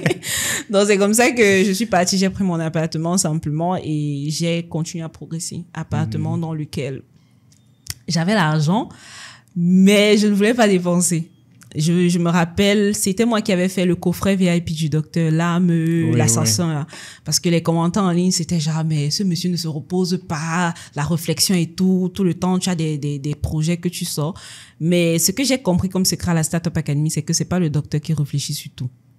Hans va venir avec une idée, le docteur va juste implémenter. C'est pourquoi il dit toujours qu'il est la partie visible de l'iceberg. Donc, c'était une Sorel qui peut penser à l'âme, pour signifier l'assassin. C'est vrai que c'est un produit qui nous a créé beaucoup de problèmes, mais c'est un produit assez original pour signifier son coffret VIP pour vendre ses formations. Donc, j'ai créé ça, j'ai fabriqué ça en Chine avec mes amis que j'avais de ce côté-là à cette époque. Et puis, c'est venu. Donc, c'était mon premier marché de 10 millions que j'avais gagné. Donc, en étant membre de la Startup Academy, bien sûr, et parce que je communiquais sur Shop Anything from China de façon professionnelle en tant que CM. Donc, voilà une page qui a peut-être 1000 abonnés aujourd'hui, mais qui m'a généré beaucoup d'argent. Donc, le docteur, quand il vient me rendre visite chez moi, il s'en rend compte que j'ai pas de canapé, j'ai pas de télé, j'ai pas mis tout ça. Ok, tu as eu 10 millions. Oui, ok, bon, c'était 10 millions de chiffre d'affaires, mais après, voilà. Donc, je lui dis, il me dit, Nyoma, pourquoi la maison, ce n'est pas meublée? Je lui dis, doc, j'ai compris. Il répète, la maison, ce n'est pas meublé, pourquoi? J'ai compris, doc. Et c'est comme ça que je me précipite parce que le docteur, il faut aussi le dire, c'est pas juste le boss, quoi. C'est aussi cet ami qu'on peut avoir qui se soucie de comment tu vas et tout. Et donc, quand j'ai meublé la maison, 2 semaines plus tard, j'ai envoyé la photo. Il me dit, voilà, c'est nickel. Maintenant, tu as une maison. Parce que moi, ce que j'avais priorisé, c'était mon lit dans ma chambre. Et ton bureau. Oui, mon lit, mon nounous dans ma chambre. Et la deuxième chose que je voulais faire, c'était le bureau et pas du tout le salon. Donc, je m'en fichais. Est-ce qu'ils vont venir me rendre visite tout le temps et tout? Donc, après, c'est comme ça que j'ai switché du bureau à l'appartement simplement. Et après, j'ai continué à faire les ventes naturellement au Scénic. Les périodes les plus difficiles, c'est parce que j'étais très accessible. À l'époque de tous les meilleurs vendeurs, parce que moi, je suis la meilleure vendeuse du Scénic, je pense jusqu'à ce jour, même comme je ne vends plus. À l'époque, j'avais une grosse équipe de 10 à 15 personnes. Contrairement à Rue Tefford, non, une équipe de vendeurs, parce qu'il faut avoir une équipe de vendeurs quand tu es au Scénic, en tant que tête du groupe. Donc, du coup, moi, j'avais la plus grosse équipe. Daryl, il avait certains membres de son équipe tels que Dylan et Boari qui sont aujourd'hui Cordo. Rue Tefford était toujours avec Rama et peut-être Zonan, je pense bien. Et Sorel avait l'armée. L'armée. Parce que je suis celle qui drainait le plus de personnes aux événements. Donc, j'avais la capacité de convertir facilement à travers les événements. Et le docteur, il nous coachait plus dans le sens de utilise tes atouts pour atteindre tes objectifs. C'est pourquoi, par exemple, quand on avait lancé Devenez vendeur, le premier jour qu'on a lancé ça, les gens se plaignaient en ligne que non, je ne suis pas la formation et tout, c'est pas correct et tout. Sorel n'avait pas de plainte parce que la majorité de mon Devenez vendeur que j'ai vendu, c'était en présentiel. C'était en présentiel à Yaoundé. Donc, quand les gens se plaignaient dans les inbox, leur tête chauffait, moi, je riais. Parce que moi, j'ai vendu sur place et ils sont partis à la formation. Et donc, parce que j'étais accessible, c'était tout le monde qui venait me dire, Sorel, je t'apprécie, je veux être comme toi, je veux que tu me coaches sur les ventes. Et puis, je te prenais facilement dans l'équipe. Sauf que je prenais des personnes qui ne comprenaient pas l'environnement Startup Academy, qui ne comprenaient pas la vision Startup Academy. et qui n'allait pas comprendre le scénic. Donc, tout ce qu'ils voyaient, c'était, vous avez fait les retraites à Kribi, vous étiez à la plage, vous avez bien mangé, vous avez eu des voitures, vous voyagez pour la Côte d'Ivoire avec le docteur, vous allez au Bénin. C'est ce qu'ils retenaient. Et du coup, ils venaient et moi, je voyais pas ça comme ça. Donc, je m'épuisais à coacher les gens au quotidien, à comprendre leurs problèmes, à comprendre leurs différends, à comprendre les conflits ou arranger les conflits, à avoir même des périodes où on te méprise parce que voilà, tu n'as pas qualité à les accompagner. Et c'était très difficile pour moi. Au point où aujourd'hui, l'équipe, chacun est parti en queue de poisson, quoi. Et là, quand on arrive à la deuxième retraite des vendeurs, donc principalement à Batak, parce qu'on avait fait ça dans les montagnes à l'ouest, tout le monde tire sur moi. Tout le monde se met à tirer sur moi. Je sais pas gérer la ressource. Est-ce que le problème, c'est pas finalement moi? Parce que voilà, j'ai pas pu gérer une équipe de 10 personnes. Et la vérité, c'est que j'étais épuisée à ce moment-là. J'étais épuisée. J'étais en mode give up. Peut-être give up c'est petit, mais j'étais en mode je suis pas à ma place, ça ne va pas. Si on retrouve les vidéos de cette retraite là, on va voir que j'étais triste, j'étais même pas dans ce mood là. Je pense qu'il y a une photo qu'on utilise pour le sport à la Startup Academy, où je faisais sport avec le coach Franco. Mais ce moment là, même la perruque j'avais enlevée, j'étais vraiment pas dans mon mood, c'était pas Sorel Nyoma et tout, parce que j'étais vraiment dans une période de remise en question. Comme j'ai dit au début, il y a toujours un moment où tu sens que il faut passer à un autre niveau, ça coince et tout. Donc, c'est ce que je ressentais au fond de moi. Et donc, j'ai un peu lâché. J'ai un peu lâché les ventes. Même mes ventes, je faisais déjà les 300 000 par mois, chose que Sorel Nyoma ne peut pas faire. Je faisais les 200 000 par mois. C'est vrai que j'ai remarqué que lorsque je baisse d'énergie quelque part, l'énergie monte ailleurs. Donc, sur ma propre communication, ma propre communauté, ça montait beaucoup plus. Et ça peut énerver, ça peut frustrer d'autres personnes. Ça, je l'accepte. Mais je faisais pas ça exprès parce que moi, j'avais déjà mes propres frustrations depuis la Côte d'Ivoire. Donc, à ce moment-là, ce que j'ai juste fait, c'est de dire simplement à tout le monde qui voulait cracher sur moi pendant cette période que, d'accord, j'accepte. Peut-être c'est vous, vous avez raison. Je ne sais pas gérer la ressource humaine. D'accord. Et puis, je suis passée à autre chose. Donc, j'avais des hicks, des boiries qui tiraient sur moi et tout. J'étais en mode, ouais, tu as raison, frère, tu as raison. Et après, on a fini cette retraite. Nous sommes rentrés. Mes chiffres sont encore drastiquement montés. J'ai peut-être fait x6 ce que je faisais déjà à cette période-là. Et le docteur était très content cette période. Mais intérieurement, est-ce que Sorel... La retraite avait contribué parce qu'il y avait un peu d'ego. Il y avait... je sais pas, cette sensation de faire comprendre aux gens que si je vends pas, c'est pas parce que ça me dépasse à vendre. C'est parce qu'au fond de moi, je ne me retrouve plus. J'ai envie de faire autre chose. C'est Sorel qui veut passer un autre palier. Envie de faire autre chose de plus excitant que découper les vidéos, créer du contenu chaque jour, chose que je faisais déjà sur la page de la Startup Academy, et continuer à le faire sur la page du docteur et tout. À un moment, tu ressens au fond de toi l'envie de progresser et pas de faire des ventes, avoir des commissions, recommencer la semaine, faire des ventes, avoir des commissions, faire des ventes. En fait, tu as envie de soutenir un projet que tu sens que c'est en train de grandir. Et avoir cette sensation d'avoir 10, 20 personnes dans ton équipe et même pas sauver un, ça fait mal. Donc, je me suis dit, il faut que j'entre dans un environnement où je recommence tout à zéro. Et vendre, quitte à multiplier x6 mon chiffre d'affaires, c'était fait comprendre à tous ceux qui avaient tiré sur moi, notamment la Cordo, la nouvelle Cordo et Boari, que je ne vends pas parce que je ne sais pas vendre ou parce que je ne peux pas vendre. Je vends bien ailleurs, mais c'est parce que je ne me retrouve pas au fond de moi. Donc, j'ai fait ce chiffre-là et c'était mon dernier chiffre. Mon dernier chiffre officiellement. Après, bon... j'ai eu des situations au Scénic où on m'a mis sur la page, mon bailleur m'a écrit. Et ça, c'est même un fort déclic parce que mon bailleur, lui, il est en France. Il nous suit en ligne. Et quand on publie que Sorel n'est plus vendeuse au Scénic, il m'écrit, il me demande si je vais payer son loyer. Mais là, ma tête a fait... Quoi? Est-ce que c'est le Scénic qui paye ton loyer depuis et tout? Donc, du coup, j'ai disjoncté. Je me suis dit, non, ça, c'est pas possible. C'est une grosse humiliation pour moi. Et là, je crois que c'est toujours l'ego qui a parlé. Je me suis dit, bah, je vais me lancer à fond sur Sorel Nyoma. Parce que j'avais pas d'aéré. Je comprends pas pourquoi tu me demandes, c'est que je vais payer ton loyer. Parce qu'on m'exclut du Scénic. Est-ce que c'est le Scénic qui paye ton loyer depuis où tu as signé un contrat avec le Scénic? Donc, ça m'avait un peu énervé parce que la période où on m'enlève du Scénic, où on m'enlève en tant que vendeuse officiellement, la question que je me suis posée, c'est que j'étais au Bénin, j'ai rempli le Bénin, je dormais à 4 heures du matin, on a fait du chiffre au Bénin et on n'a pas considéré mes ventes là. Donc, ce que j'ai vendu au Bénin, c'était les cailloux. En fait, c'est ce que mon cerveau se disait parce que pour moi, OK, mes chiffres ont baissé et tout, mais pourquoi on n'a pas compris le fond de mes chiffres qui ont baissé? Ils n'ont pas me publier en ligne. Et je sais que ce qui tirait fort en ligne, c'était que, mais tu peux pas nous dire que tu enlèves Sorel, pourtant hier, tu étais au Bénin avec elle. Donc, c'était un peu ces commentaires qui reviennent et c'est pas toujours agréable de les avoir dans tes messages Facebook, tes messages WhatsApp en commentaire. À cette période, j'ai dû faire un contenu où je disais qu'apparemment, le mur du baccalauréat a sonné et j'ai échoué. Mais c'était une façon de répondre à mes abonnés qui n'y a pas fait. Oui, voilà. Il n'y a pas de problème. Il n'y a pas de problème à vous inquiéter dessus. D'accord, je ne suis plus vendeuse au Scénic. Ça fait quoi?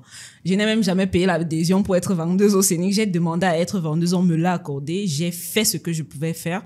Et aujourd'hui, on m'enlève, mais est-ce que ça va m'empêcher de faire les ventes pour le Scénic? Non, la preuve, j'ai continué à faire des ventes. Aujourd'hui, j'en fais toujours.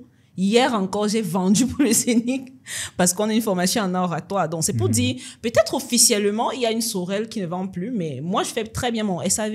Les clients à qui j'ai vendu des choses depuis pour Unibrain et tout, il y a une qui est venue dernièrement payer, elle a dépensé 1,45 $. Ça m'a fait 209 000 de commission. Je suis plus vendeuse, mais je gagne de l'argent au Scénic. Donc, c'est un peu cette période-là au Scénic où j'ai un peu arrêté les événements et tout parce que j'avais besoin de reconnexion. J'avais besoin de redéfinir mes priorités, de savoir ce que je veux être parce que, comme j'ai dit tout à l'heure, la carrière, pour moi, c'est important. J'ai besoin de ressentir que je suis quittée d'un point A à un point B.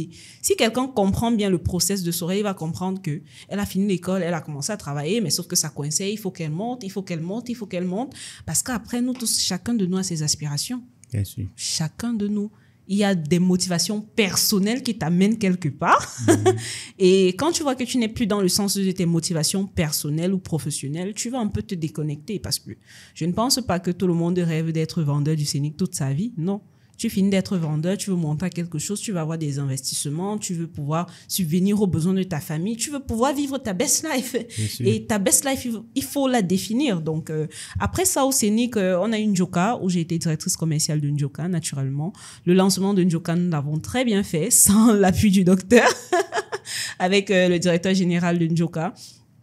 Et donc, voilà un projet que je vais dire, on a contribué massivement parce que Njoka, c'est pas juste être directrice commerciale, mais c'est aussi de dire que en Njoka, on est investisseur. Parce que Njoka découle de la tontine structurelle africaine, dans laquelle on est investisseur. Parce que pour être dans la tontine structurelle, il faut être membre du Unibrain. Il faut contribuer mensuellement à la tontine. Et après, il faut dire que tu es dans le projet. Donc, c'est par ce process que nous sommes passés. Ensuite, on nous a donné le projet de Njoka. On a fait les marches qu'il fallait faire. Aujourd'hui, on a pu sortir ces packaging-là. C'est après beaucoup d'études en interne, nous-mêmes, entre jeunes. Donc, c'est comme ça qu'on a progressé en Njoka. Mais après, il y a un fond de... mon projet Snicom qui m'avait amené à la base et où. Donc, je me suis dit, j'avais fait un flop au niveau des vendeurs du Scénic, mais j'avais déjà une assistante depuis pratiquement 1 an qui travaillait avec moi, dont j'ai vu pas mal de résultats sur elle, une grosse transformation, ce qui m'a donné un peu cette envie-là de devoir accompagner d'autres personnes. Parce que moi aussi, on m'a accompagné, le docteur m'a accompagné, Darine m'a accompagné, Ruthé m'a accompagné, toute la start-up m'a porté, donc j'ai l'obligation d'accompagner d'autres personnes qui viennent après. Et je voyais déjà très bien avec mon assistante, qui venait aussi de la Startup Academy. Et c'est comme ça que plus tard, je me suis dit, je vais pas aller en besogne, je vais plus prendre beaucoup de personnes, mais je vais accompagner progressivement des gens. Donc aujourd'hui, dans mon équipe, nous sommes 3. Bon, 4 avec moi, mais ce sont des personnes que j'ai pris from scratch, qui avaient déjà du talent, parce qu'on accompagne ceux qui ont déjà quelque chose. Ceux qui ont déjà une si tu veux qu'on t'accompagne, il faut que, à un moment donné, toi-même, tu aies quelque chose, pas que les gens viennent te dire, commence ici, commence là-bas, non. Donc, avec cette équipe, je suis en train de progressivement avancer pour le projet Snicom, que je vais encore lâcher, parce que je suis en train de travailler sur la délégation pour pouvoir lâcher et passer à d'autres choses. Ok. Très long parcours, avec beaucoup de hauts et beaucoup de bas. Oui, naturellement, mais on sourit toujours, on se dit que tout va toujours bien. Donc, ce que moi j'ai retenu à travers ton parcours, la première des choses, c'est la frustration.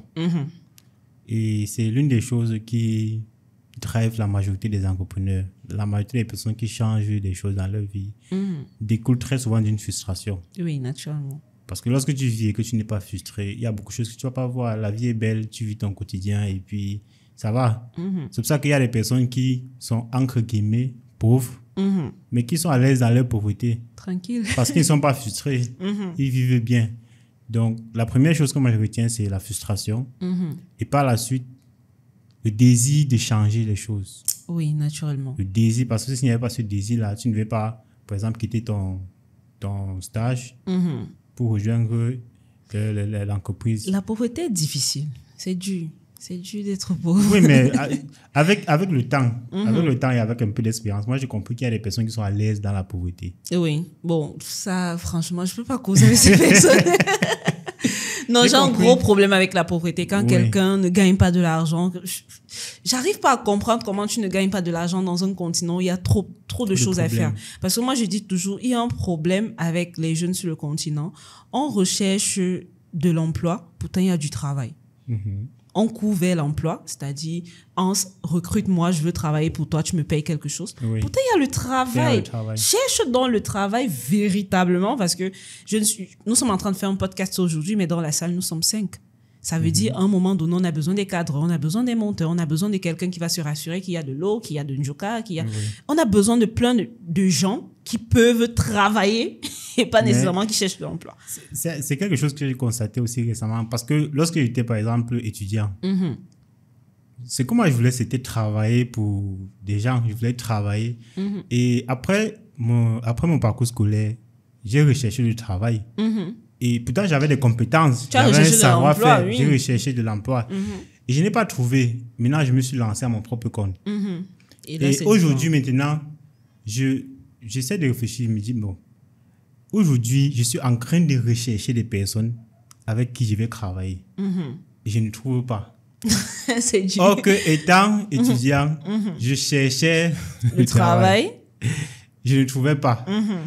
Pour dire qu'il y a trop de travail à faire et il y a aussi trop de personnes qui chôment. C'est un gros paradoxe. Oui. Bon, peut-être c'est aussi parce que la société nous forge un peu dans le sens où il y a déjà des filières prédéfinies qui ne correspondent pas aux demandes du marché. C'est justement là où je voulais chuter. Parce que l'école nous prédispose à travailler pour des personnes. C'est difficile de voir quelqu'un à l'école qui te dit que moi, je vais entreprendre. Nous tous, quand on est à l'école, très souvent, on se dit, dès que je finis mon... Je vais pas déposer mon CV. Même pendant le parcours, on te dit, il y a les stages. Il faut aller t'envoyer dans tes stages. Je vais te partager un secret. J'ai jamais rédigé de CV. Jamais. Peut-être ça peut sonner bizarre parce que j'ai dit j'ai travaillé dans une entreprise, mais même à l'école, je peux tellement te démarquer au point où on te déniche. Parce que c'est ce qui s'est passé avec moi. Je n'étais pas la plus grande codeuse du monde en classe ou la plus grande analyste parce que moi, j'étais plus dans l'analyse. Vu que j'ai un cerveau logicomate, j'ai une intelligence logicomate. Et quand mon meilleur professeur, parce que c'était notre professeur titulaire, il me contacte, il me dit, il veut travailler avec moi. Je bug d'abord que tu veux m'amener dans le développement Java. Je ne vais pas coder. Et au final, quand on fait l'entretien, je me rends compte que non. Il veut travailler avec moi parce qu'il avait vu d'autres compétences, peut-être des compétences commerciales que j'avais pas eues parce que la première fois que je sois directrice commerciale, c'était au MIT Square, cette entreprise-là. Et donc, j'ai pas fait de CV. Je suis venue, Mr. Fotsa, on a échangé et tout, et j'ai commencé le travail. Donc, c'est plus tard que j'ai fait la lettre de motivation et tout par formalité pour la paperasse de l'entreprise, mais j'ai jamais fait de CV, aller déposer pour demander un emploi. Donc, en gros, tu n'as même postulé. Je n'ai jamais postulé pour un emploi. Oui. La Startup Academy m'a recruté parce que je me démarquais en tant que membre. Oui. Monter en tant que consultante au Scénic, c'est monter simplement parce que je me démarquais en tant que meilleure vendeuse. Donc, Snicom, c'est ma boîte. Je ne me suis pas recrutée. C'est aussi une très belle astuce. Intégrer des communautés. Oui, ça permet vraiment d'avoir un parcours qui n'est pas atypique, qui n'est pas tracé. Oui. De ne pas suivre la route. Parce que tous ceux qui suivent la route, on connaît à le canevas, on connaît à la tranche. Oui, on sait comment ça va se passer. Aujourd'hui, c'est difficile de dire que Sorel Nyoma peut gagner peut-être entre 500 000 et 1 million par mois. On ne connaît pas. Or que pour celui qui travaille quelque part, on peut estimer. Le mois même que Sorel n'a pas gagné, on ne sait pas. Parce que c'est elle-même qui gère son truc. Justement, parce que tu n'as pas pris une voie qui était déjà définie. Donc, pour revenir à ce que j'étais en train de dire, l'école nous prépare à être des employés. Donc, pour ceux qui veulent vraiment changer les choses, c'est de penser autrement. Et ça rejoint le fait qu'on dit qu'on ne doit pas intégrer des circuits qui sont déjà bien définis. C'est de penser autrement. Je chercher des problèmes qu'on peut apporter des solutions. Et maintenant, plus le problème que tu résous est un problème qui fait mal, plus tu gagnes de l'argent. Naturellement. Plus tu gagnes de l'argent. Il y a des personnes qui résolvent des problèmes, mais ce ne sont pas des problèmes qui font assez mal. Il y a des problèmes, ils résolvent des problèmes, ils travaillent. Le docteur aime souvent prendre l'exemple du pousseur. Le pousseur charbonne chaque jour, il est dehors. Et puis maintenant, quand on dit qu'il faut travailler, c'est quoi? Il faut seulement prendre 2 pouces, commencer à pousser avec. Travailler intelligemment, je pense que peut-être c'est la phrase. Oui. Voilà. Et l'une des choses aussi que j'ai retenues de ton parcours, c'est les opportunités. Oui. Tu as su saisir les opportunités. Dès que tu as vu une opportunité quelque part, tu as saisi. Donc, ton parcours est l'exemple atypique de ce que j'essaie de faire voir dans ce podcast. D'être à l'affût. Parce que lorsque tu es dans où il y a les opportunités, comme je dis toujours, genre, les opportunités ne sont pas à la maison. Oui. Moi, j'ai eu plein de cas de ma famille, des personnes que certaines tantes m'ont contacté pour me dire, mais accompagne telle personne. Je vois comment tu brilles en ligne, accompagne telle personne. Mais sauf que quand je dis à la personne, viens à la Startup Academy, la personne me dit, non, je viens pas. Je dis, OK, reste à la maison. On va t'accompagner comment? Je vais t'accompagner comment? Parce que la vérité, c'est que même si tu veux le mariage, c'est pas à la maison que tu vas trouver le mariage. Si tu veux l'emploi, c'est pas à la maison que tu vas trouver l'emploi. Si c'est que tu veux avoir des opportunités, va où tu vas rencontrer les gens, parce que les opportunités se trouvent chez les gens. Et les gens ne comprennent pas ça. Tu te dis, non, tu vas rester chez toi, tu vas voir la télé, tu vas te connecter en ligne, tu vas mettre un like et c'est là que tu vas avoir les opportunités. Non. Si c'est que tu sors, tu rencontres des gens. En plus, il y a tellement d'événements gratuits qu'on ne se mente pas. Maintenant, même dans les événements gratuits, tu dois travailler tes soft skills. Par exemple, tu dois être à l'aise avec la prise de parole en public. Et ce n'est que quand tu vas être à l'aise dans ce sens-là que tu pourras saisir des opportunités. Moi, j'ai fait ça avec l'événement de Philippe Simo, où j'ai, par exemple, finalement eu l'argent pour payer son événement quelques années plus tard. Et là, j'avais payé la place de 60 000. Je ne voulais pas payer la place de 250 000. Je ne pouvais même pas à cette époque-là. Quand je suis arrivée au Hilton, ce que j'ai fait, c'est simplement balayer la salle. J'ai analysé la salle. Je me suis dit, OK, son événement est professionnel. J'arrive, je vois comment il y a un coin photo, il y a un coin interview, il y a un coin où on récupère nos badges avec nos noms. Il y a un coin formation, il y a un coin vente de livres et autres. J'entre dans la salle, je me dis, OK, en tant qu'orateur, étant donné que moi, je fais des événements, ça veut dire qu'il va entrer comme ça. Et quand moi, je partais à cette formation, j'avais déjà mangé 100 000 francs de consultation marketing et j'avais pas nécessairement l'expérience ou la réponse que je voulais pour le client. Donc, quand je pars à la formation de Philippe Simos avec un objectif, avoir la réponse à ma consultation que j'ai déjà mangée. Et quand j'arrive là-bas, je balaye la salle, je me dis, OK, il va entrer comme ça. Étant donné qu'il y a des gens qui ont payé 250 000, ils ne sont jamais nombreux vu que c'était le VIP, ils vont s'asseoir jusqu'à tel niveau. Idéalement, les 60 000 vont s'asseoir à partir de ce niveau-ci. Étant donné que la salle a un poteau, on a décalé cette rangée. Ça veut dire que, vu que toi-même tu fais les conférences, tu sais que quand tu marches souvent en tant qu'orateur, tu t'arrêtes toujours à un niveau. Tu marches jusqu'à un niveau. Et le niveau là, c'était donc la table décalée. C'est là-bas que je suis partie m'asseoir. Donc, à chaque fois que Philippe parlait, on se croisait là. Il restait devant moi et c'est là qu'il briefait toute la salle. Et c'est comme ça que moi, je connectais. Dans un moment, parce qu'il y a toujours les opportunités. Hein. Oui, bien sûr. J'ai donc saisi cette opportunité parce qu'il nous a présenté ses chiffres avec YouTube et tout. J'ai compris pourquoi il est focus sur YouTube et pas sur les autres réseaux. Et il a donc demandé à chacun dans la salle, est-ce que vous pouvez faire des vidéos? Beaucoup de gens disaient non, ils ne veulent pas les insultes et tout ce qui va dans ce sens et tout.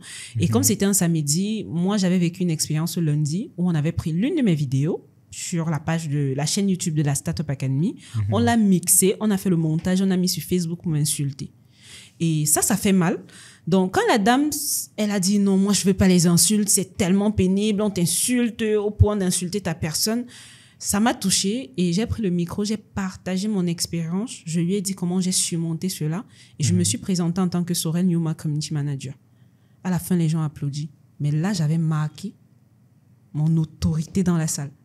Donc, les gens savaient déjà que cette fille-là, et encore avec beaucoup d'éloquence. Donc, j'ai marqué mon autorité dans la salle et du coup, ça a marqué les gens, même Philippe. Plus tard, on a continué la conférence, la formation. À la fin, il y avait des gens qui posaient des questions. J'ai laissé le micro partir loin dans la salle en bas. Après, c'est remonté. Sur moi, j'ai posé mes 3 questions. Et quand ça arrive sur moi, ce que je faisais juste, c'était une technique d'une petite fille ignorante, parce que nous, les filles, on a cette possibilité de jouer avec le visage et tout. Donc, quand je posais la première, il répond. Et puis, je fais comme si j'ai rien compris. Tu creuses davantage. Je creuse davantage. Je lui dis, et si il répond encore? Après, j'enchaîne avec la troisième, comme si je n'ai pas toujours compris. Et dans le cas où, il s'exclame d'abord que toi, tu devais prendre la consultation. Il dit que toi, tu es un cas, tu devais prendre la consultation. Et finalement, il a répondu à toutes mes questions. Moi, j'avais fini ma formation. J'avais fini mon problème de consultation qui m'avait amené là-bas.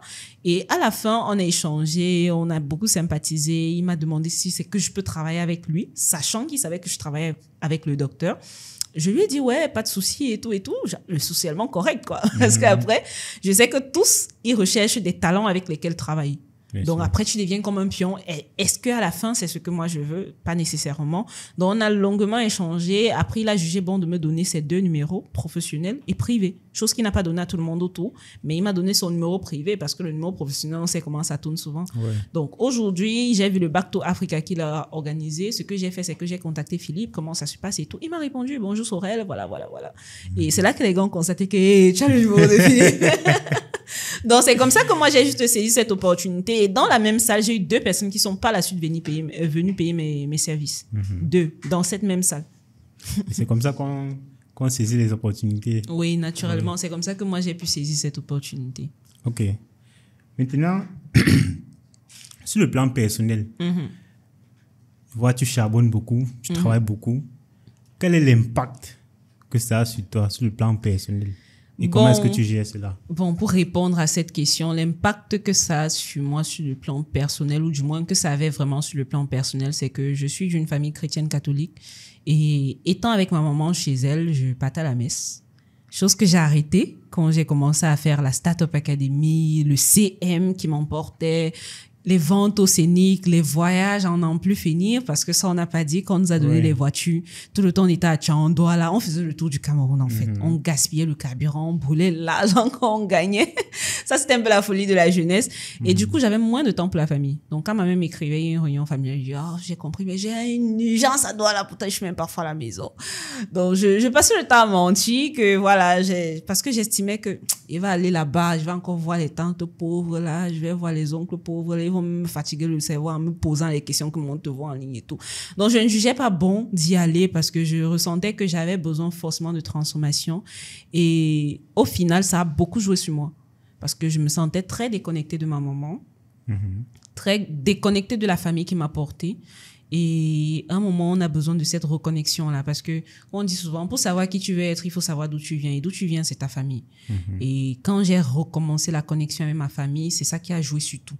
C'est-à-dire lâcher ici, me concentrer sur ça. Parce que si on se rappelle l'histoire du poulet, là, c'est ça qui a déclenché la frustration. Oui. C'est ça qui a déclenché la frustration parce que je me disais, mon papa n'est plus là, je suis enfant unique, il faut que je prenne soin de ma mère. Et si tu fais une activité où tu es censé prendre soin de ta mère et tu n'as pas le temps pour ta mère, ça veut dire c'est toi le problème. Donc, j'ai commencé à retravailler ça parce que parfois en ligne, les gens me disent que va un peu te marier, arrête de chercher l'argent. Ça, c'est ce que je subis. Mais ce qu'on oublie, c'est que j'ai appris à déléguer progressivement. J'ai beaucoup de photos. On peut être en train de causer ici maintenant, mais il y a une équipe qui a posté une photo de moi. Je suis même pas au courant. Donc, c'était un peu ça. Il fallait que je passe par ça pour retrouver mon plan personnel, la famille, la communication entre mes frères et sœurs, mes cousins principalement, que je puisse avoir le temps d'aller rendre visite aux tantes. C'est important pour moi. OK. Et parlons du mariage. Parce que les abonnés, je profite. On va avoir la réponse aux abonnés aujourd'hui en live. Parlons du mariage. Je ne vais pas poser des questions spécifiques. Je te laisse la parole. Dis-nous quelque chose par rapport au mariage. Comment ça, dis-nous quelque chose? Tu connais les questions de tes abonnés. Non, tu connais leurs préoccupations. Je ne connais pas les questions. Bon, première question. Est-ce que tu es en couple? Oui, je suis en couple. Ça promet, ça se passe bien?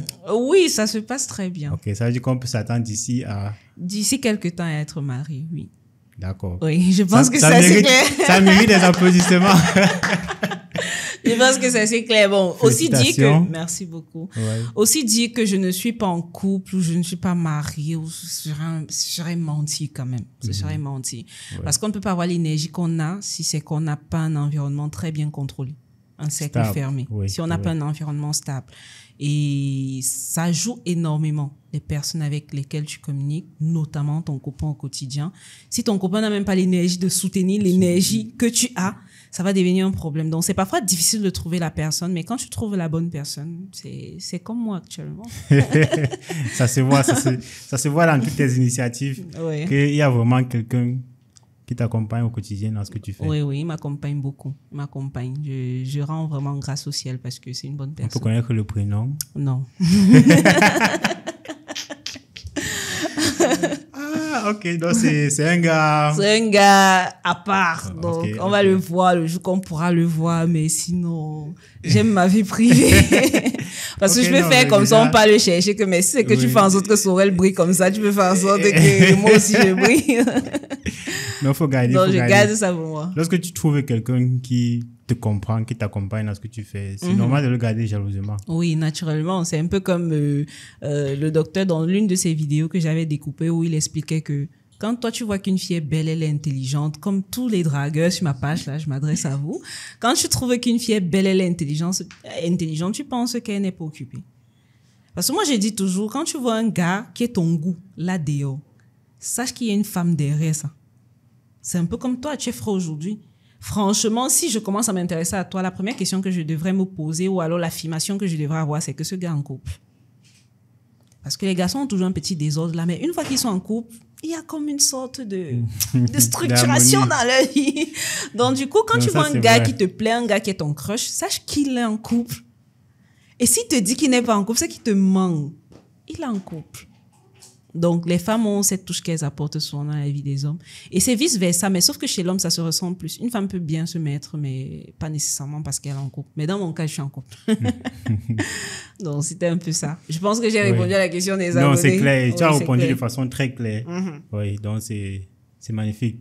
Et justement, en parlant de couple, c'est quelque chose qui a vraiment un très grand impact dans énormément. la vie de quelqu'un, surtout quand tu atteins un certain âge, quand tu commences déjà à piloter certains projets, il y a vraiment ce besoin d'avoir quelqu'un auprès de toi qui te comprenne, ne serait-ce que même pas forcément qui t'accompagne, oui, mais qui te comprenne au moins, ouais. Parce que très souvent lorsqu'on est en couple, on se sent parfois seul. On n'est pas compris par la société, les gens ne nous comprennent pas. Et parfois, c'est difficile. Et même quand tu entreprends, même trouver seulement la personne qui va comprendre ce que tu fais, c'est difficile.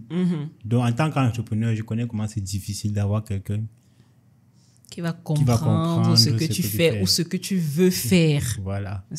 Comprendre, c'est même pas accompagner. Parce qu'accompagner, c'est autre chose. Oui, c'est vrai. Parce qu'il y a toujours ces clichés-là en Afrique que si c'est qu'on voit une fille comme Sorel se débrouiller en ligne, forcément, il y a un sugar daddy derrière. Non, mon gars, mon même âge. Ceux qui connaissent mon âge, on a même âge, petit indice. Donc, on n'a pas besoin d'avoir les sugar daddy pour être accompagné, mais c'est que la personne comprend déjà ce que tu fais. La personne comprend ton environnement. La personne comprend même ta personne. Parce que moi, je suis plutôt une boule d'énergie et mon copain, il est plutôt... très calme. Très calme. Et je pense que ça va. Parce que si nous deux, on chauffait, ça allait un peu coincer. Donc, c'est pour dire que c'est important que tu aies une personne dans ta vie qui te comprenne. Si c'est que tu sors avec quelqu'un qui ne comprend pas tes ambitions, qui ne sait pas où tu vas aller. Moi, je suis un esprit électron libre. J'ai besoin d'explorer, j'ai besoin de voyager, j'ai besoin de m'épanouir. Et du coup, c'est que tu me prends me mettre dans une cabane, on ne va pas aller loin. C'est pas possible. Il faut que la personne comprenne. Du coup, j'ai envie de te poser une autre question. Parce que tout à l'heure, tu disais... Tu n'aimes pas stagner quelque part. Oui. Tu aimes le changement. Et moi, j'ai connu une fille qui avait la même réflexion, mais qui s'est aussi reflétée dans notre relation. C'est-à-dire... Elle voulait le changement, les gars. Arrivé à un certain moment... Non. Pas qu'il y avait un problème, mais alors là, c'est comme si tout énerve. Parce qu'il y a vraiment elle se fatigue. Ce sentiment-là, voilà, elle se fatigue. Non, et du comme coup, je disais tout à l'heure, il faut toujours revenir sur le fait que tu dois d'abord te connaître. Quand je parle, par exemple, de stagner, je mets beaucoup d'accent sur le plan professionnel. Donc, avoir la sensation d'être dans la même entreprise ou au même poste dans la même entreprise pendant 6 mois, 1 an, 2 ans, 5 ans, pour moi, c'est pas possible. Sur le plan privé, sur le plan personnel, sur le plan sentimental, c'est différent. C'est pas que c'est dur. Je sais pas comment nos parents ont fait pour faire 20 ans de mariage, 30 ans. Franchement, chapeau à eux, parce que c'est dur. Tu peux juste faire une semaine avec ton copain comme ça, il te saoule. Tu fais même quoi là? Ça t'énerve. Et du coup, tu commences à voir d'autres personnes en ligne, ça devient tes crushs, tu regardes, mais après, il faut revenir sur tes objectifs perso. Parce que tu peux bien voir ce gars qui t'intéresse, mais sauf que est-ce qu'il va dans tes objectifs? Est-ce que c'est un bosseur comme ton copain? Est-ce que le minimum de qualité ou de valeur que tu recherches que ton copain a, tu vas facilement avoir ça chaque 6 mois avec chaque gars? Donc, ça revient sur tes objectifs personnels. Tu souhaites avoir combien d'enfants? Tu souhaites bâtir quoi personnellement? Et est-ce que la personne va dans les mêmes objectifs que toi? Sinon, il y aura toujours, je vais pas dire de compromis, mais peut-être de sacrifice ou alors une sorte de compréhension de l'autre. Comprendre ce que l'autre vit, ce que l'autre parcourt et comprendre et trouver le moyen de l'accompagner, parce qu'on croit souvent que l'accompagnement vient principalement des hommes qui doivent accompagner les femmes, mais les femmes ont aussi l'obligation et le devoir d'accompagner leurs hommes. Donc, aller d'homme en homme, et pour les moi, c'est... Les femmes qui n'ont pas compris ça. Moi, les femmes qui n'ont pas compris qu'ils doivent accompagner leur gars ou leur mari. Moi, j'ai pitié de... C'est pas possible. Il faut même financer vos gars. Il faut donner l'argent aux hommes. Oh, si ils aiment ça. Ouais. Donc là, tu te lèves. Tu te lèves. Tu te lèves. Seigneur, envoie-nous les femmes qui vont nous financer. Tu te lèves, tu te donnes un peu d'argent à ton gars, ça fait du bien. Ça fait plaisir aussi aux hommes de recevoir de l'argent de leurs femmes. C'est pour dire quoi. Les hommes veulent avoir des femmes qui se battent aussi, pas des femmes qui sont assises là, qui consomment juste en quelque sorte. Parce que même quand toi-même tu pars dans ta famille et que tu présentes ta femme et que tu dis que elle est occupée, peut-être elle a même voyagé. Même si la famille est du style traditionnel et tout, ils vont un peu s'intéresser à elle et ils vont un peu bloquer que elle travaille son argent. Et il faut donc que ça se matérialise sur ton homme. Il ne faut pas juste qu'il dise à sa famille qu'elle travaille de l'argent et puis on ne voit pas de changement sur lui. Donc, les hommes recherchent des filles qui travaillent l'argent. Mes sœurs, pardon, travaillons l'argent et donnons aux hommes. Cette partie va créer des polémiques en ligne. Justement, bon, moi, je retiens de cette partie que le fait d'être dans une relation stable peut aussi énormément contribuer à l'essor d'un entrepreneur. Donc, que tu sois entrepreneur ou même salarié ou bien, c'est pas indépendant, qu'importe ce que tu fais, avoir une stabilité sur le plan émotionnel, c'est très important. Beaucoup d'entre nous stagnons dans nos activités tout simplement parce qu'on n'est pas stable. On n'est pas la bonne personne, oui. Voilà. Parce que, comme tu dis que l'homme aime la tranquillité, là, quand tu es avec une fille ou bien même une femme qui est avec un homme et que psychologiquement n'est pas tranquille, c'est normal que ça se répercute sur tous les autres aspects. Parce que, comme le docteur bien souvent le dit, l'être humain est bio-psychosocial. Ça veut dire que lorsqu'il y a un seul pan qui est en manque, bien qui est en difficulté, ça affecte tous les autres.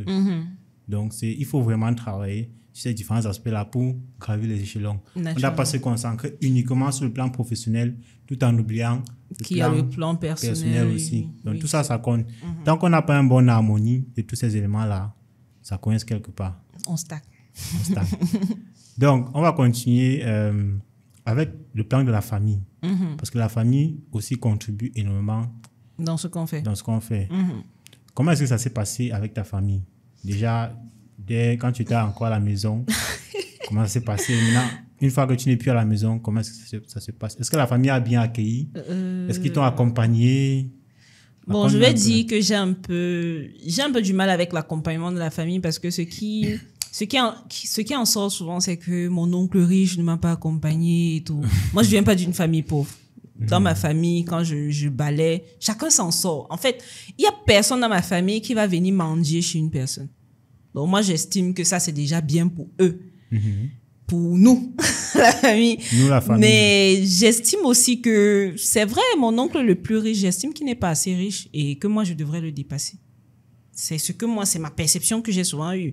Pourquoi est-ce que je dis qu'il n'est pas assez riche? Parce qu'il travaille dans une très grosse boîte internationale, Diageo, principalement, la maison mère de Guinness en Angleterre. Et j'estime qu'il peut mieux faire. Mais sauf que c'est quelqu'un qui m'a beaucoup coaché, qui m'a beaucoup accompagné de par ses conseils et de par son admiration. Parce que moi, je suis un peu cette personne dans la famille électron libre. Quand les gens viennent, on sait que Sorel, si elle est là, tant mieux. Ah, tu es venu, waouh, je suis honorée parce que tu es venu. Parce que moi, je me suis toujours dit, c'est pas parce que tu as perdu ton papa que ça doit devenir une excuse de pouvoir vivre dans la misère, quoi. Tu te donnes tes moyens d'avancer. Et donc, j'ai pas trop compté sur la famille. La famille m'a beaucoup accompagnée parce que quand j'ai perdu mon père, ma famille paternelle, chose qui est souvent rare, ma tante principalement, tante Monique, elle m'a beaucoup épaulée, beaucoup accompagnée après le décès de mon père. J'ai jamais été dehors à l'école parce que la pension avait un souci. Et je parle des pensions de 500 000. Donc, j'avais jamais ce problème-là. C'est ma tante qui a géré avec son mari. Ma maman aussi se battait très bien. Il y a mon oncle de Djajiro là qui s'est battu. Après, toute la famille a contribué. Comme on dit souvent, quand tu vois un enfant grand, c'est le village qui a contribué en Afrique. C'est ça. Ma famille m'ont beaucoup épaulée. Mais après, comme je ressentais le besoin d'upgrade et tout, je me suis dit, je veux plus trop dépendre de la famille qui paye ma pension, qui me dit comment je dois rentrer de l'école. Si tu rentres à 17 ans, on te gronde, parce que ça, c'est ce que j'ai vécu en tant qu'étudiante. On estime que l'école finit à 16h, et vu que l'école a 1h de la maison, 1h30, tu ne devrais pas rentrer à 19h. Mais là, tu es en 3e année, tu dois sortir en tant qu'ingénieur, et on ne veut pas que tu restes à l'école pour les TD. Donc ça, c'était dur. Ce que je vivais souvent, c'était, on vient dans ta chambre, on claque la porte, on te gronde et tout, et j'en avais ras-le-bol. Je pense que nous tous, c'était au moins on passe par là. Oui, nous tous on passe par là, ça c'est naturel. Mais maintenant, après ça, j'ai décidé d'arrêter les cours. Quand j'ai pris mon diplôme, j'ai commencé à chercher le travail. Bon, pas chercher, le travail m'a trouvé. Et j'ai pris goût au travail, au monde professionnel, donc j'ai arrêté les cours. Et quand j'arrête comme ça, plus tard, je décide de quitter de chez ma tante, je rentre chez ma mère. Sauf que pendant mon parcours de recherche de ma personne, de qui je veux être, de recherche de mes aspirations, de ma voix, quoi, j'ai ma mère qui devient l'obstacle number one. Parce que avec ma mère, j'avais ma pote à l'époque, Nathalie. Nathalie, elle a perdu son papa, elle a perdu sa maman, elle a commencé à se battre, elle faisait des choses dans l'école center, elle venait à la maison. Ma mère voyait que Nathalie se bat mieux que moi, qui reste à la maison sur la machine en train d'apprendre des choses. Et elle a commencé à me gronder que, mais voilà ton amie, qui est régulièrement ici, qui fait des call centers, qui se bat, elle n'a plus de parents, toi aussi tu n'as plus de père, mais tu es couché à la maison. Donc, c'est comme ça que Nathalie me tire dans l'entreprise où elle était, NTS6 à l'époque. C'est peut-être pourquoi je peux avoir cette aisance-là, parce que au téléphone, la relation client, je l'ai fait pendant 1 mois. Après, j'ai démissionné. Je suis partie. Donc, Nathalie m'amène là-bas. Nous sommes à la base, je crois, une vingtaine de personnes qui devaient parcourir le parcours du combattant dans leur entreprise. Parce qu'au final, des 25 personnes par là, nous sommes restés 2. 2 personnes qu'on a finalement recrutées. Et quand j'ai fini ça, après ces 2 personnes, ce que j'ai simplement fait, c'est continuer à apprendre voir comment se passe le service client, le SAV principalement. Et j'ai un jour fait le ratio. Ce que je gagne, en fait, on me payait combien de l'heure? Et quand j'avais fait le calcul, c'était dans les 400 quelque chose de francs CFA par heure. Donc, je disais que tu te lèves chaque matin pour 400 par heure. C'est terrible. Du coup, j'ai give up. Et là, ma mère elle n'a pas bien reçu ça. Ce que j'avais juste raconté à ma mère, c'est que comme on mettait le casque toute la journée aux oreilles, j'avais mal aux oreilles. Et en entreprise, je trouvais déjà des excuses. Je trouvais le moyen de rentrer tôt en disant que mes oreilles sont montées, c'est descendu, etc. Donc, quand j'ai fini ça, j'ai démissionné et il fallait encore retrouver ma voix. Toujours ma voix. Et au final, c'est comme ça que j'ai commencé à me lancer dans le CM, m'intéresser à ça. Mais là encore, ma mère, c'était un gros problème. Donc, ce qu'on a eu à faire avec ma mère, ou alors ce que je vivais à la maison, c'est mieux dit, c'est que parfois tu restais parce que tu es tellement dans le mood d'apprentissage, toute la journée tu es sur la machine, quand tu as fini de laver le sol, les assiettes, etc., tu es sur la machine, là il n'y a pas de problème. Et c'est encore la journée. Tant que tu fais les petites commissions, tu peux écraser les arachides et tout, c'est notre quotidien en Afrique, faut pas se mentir. Tu ne gagnes rien. Fatalement, tu gaspilles son argent du loyer que tu prends chez les locataires pour mettre de la connexion. C'est ce que moi, je faisais. Et elle ne comprend pas comment tu es sur la machine tout le temps, tu ne gagnes rien, tu es ingénieur des travaux, tu ne gagnes rien et tout. Et c'est arrivé au point où parfois tu restais tard dans la nuit sur ton lit en train de manipuler la machine, elle vient l'éteindre. La lumière dans ta chambre, elle te dit que tu ne payes pas les factures. Elle te rappelle que tu portes déjà les verres et tu vas aggraver ta situation, sachant que tes verres coûtaient 85 000, chose qui était lourd, une forte somme pour elle. Et c'était pas normal pour elle que tu restes devant la machine jusqu'à une certaine heure. Le matin, tôt, quand toi, tu as fini de travailler jusqu'à 23h, 1h du matin, parce que même quand elle éteint la lumière, toi, tu restes dans le noir, tu continues à faire tes choses parce que tu sais ce que tu veux. Elle vient te réveiller à 6 heures pour te dire que madame, il faut aller puiser l'eau, il faut aller faire ça. À un moment, j'ai eu ras-le-bol de ça. Et j'ai dit, il faut que je cherche ma maison. Parce que parfois, quand les mamans se fâchent souvent, elles te disent des choses, tu te demandes que, mais est-ce que tu es ma coépouse ou bien tu es ma mère ou bien... Et du coup, ça m'énervait souvent. Je me disais à chaque fois que ma place n'est pas ici. C'est vrai, je suis enfant unique. Tout le monde chante que non, tes parents laissaient les biens, ce sont tes biens. Pas avec ce type de femme.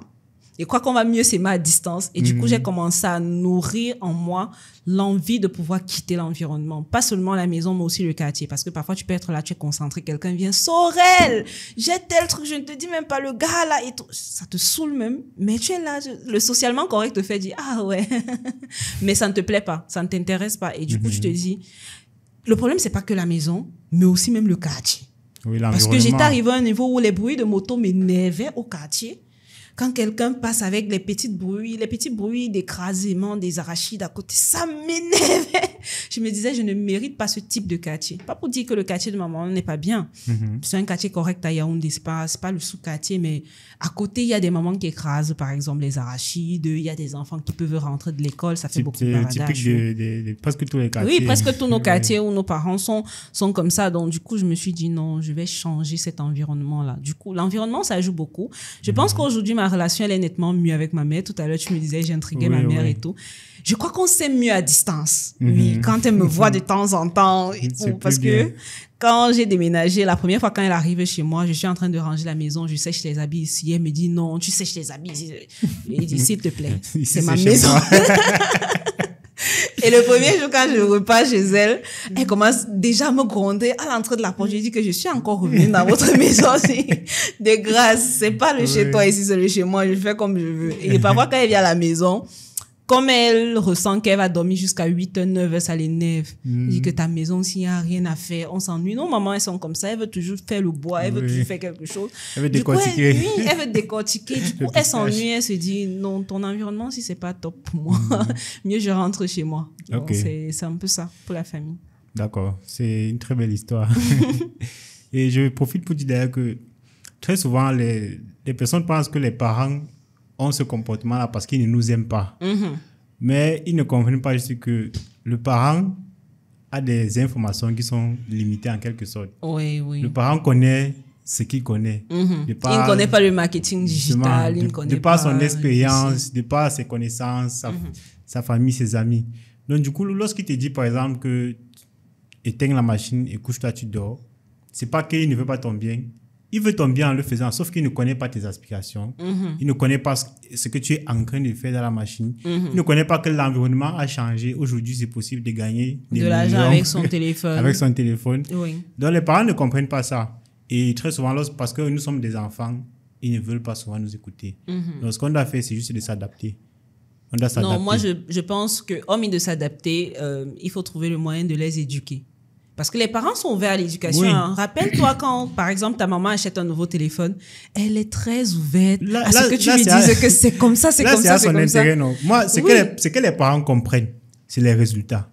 Justement, ce sont les résultats, mais même dans les résultats, il faut pouvoir éduquer. Moi, dans mon équipe, il y a on a challengé pour pouvoir aller en Côte d'Ivoire. Mais ses parents ne comprenaient même pas toujours ce résultat-là. Ses parents étaient contre. Elle n'a pas voyagé pour la Côte d'Ivoire. Donc, un moment, il faut éduquer.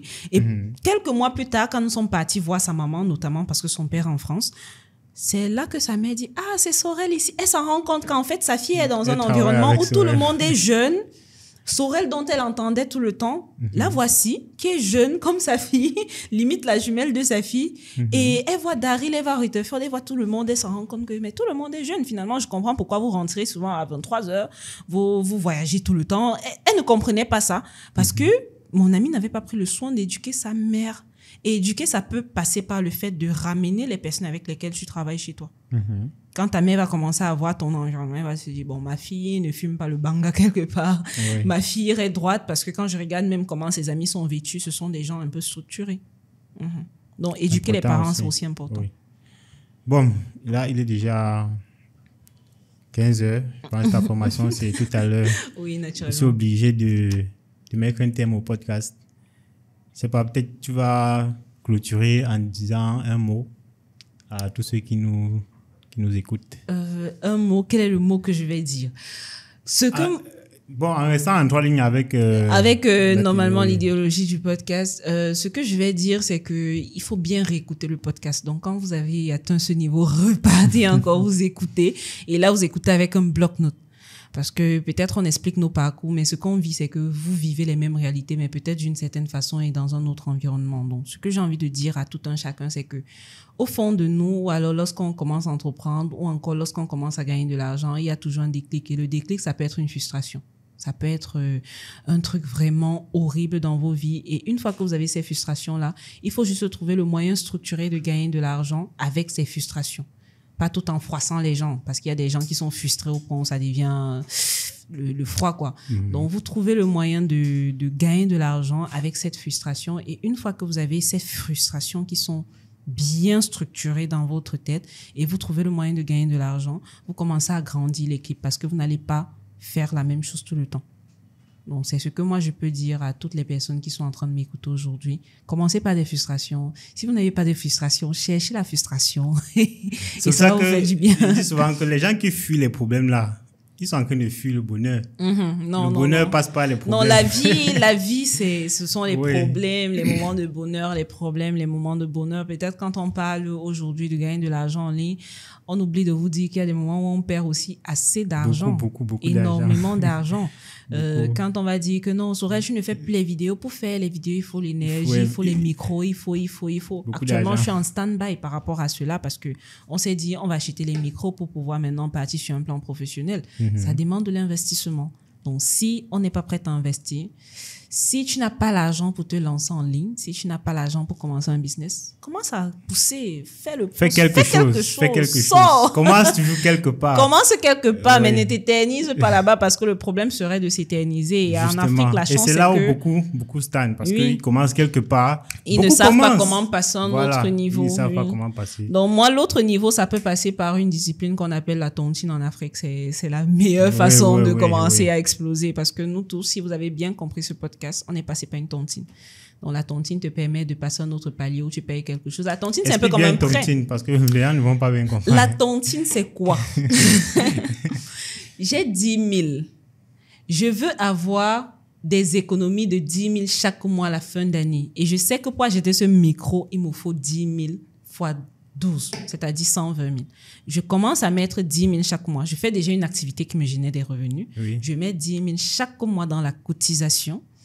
Et à un moment donné, je bouffe peut-être au 5e mois, on me donne 120 000. Sauf que là, il me reste des dettes de 70 000. Je vais continuer avec l'engagement. Tu n'as pas attendu 12 mois. Je n'ai pas attendu 12 mois pour avoir ces 120 000. Moi, généralement, quand je commence les cotisations, c'est le 3e mois, donnez-moi mon argent parce que j'ai quelque chose à faire.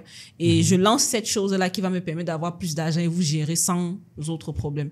Donc, avant de faire la tontine, il faut avoir un objectif simplement. Tout le monde, tout Africain doit comprendre la tontine. Je pense que Sorel a tout dit.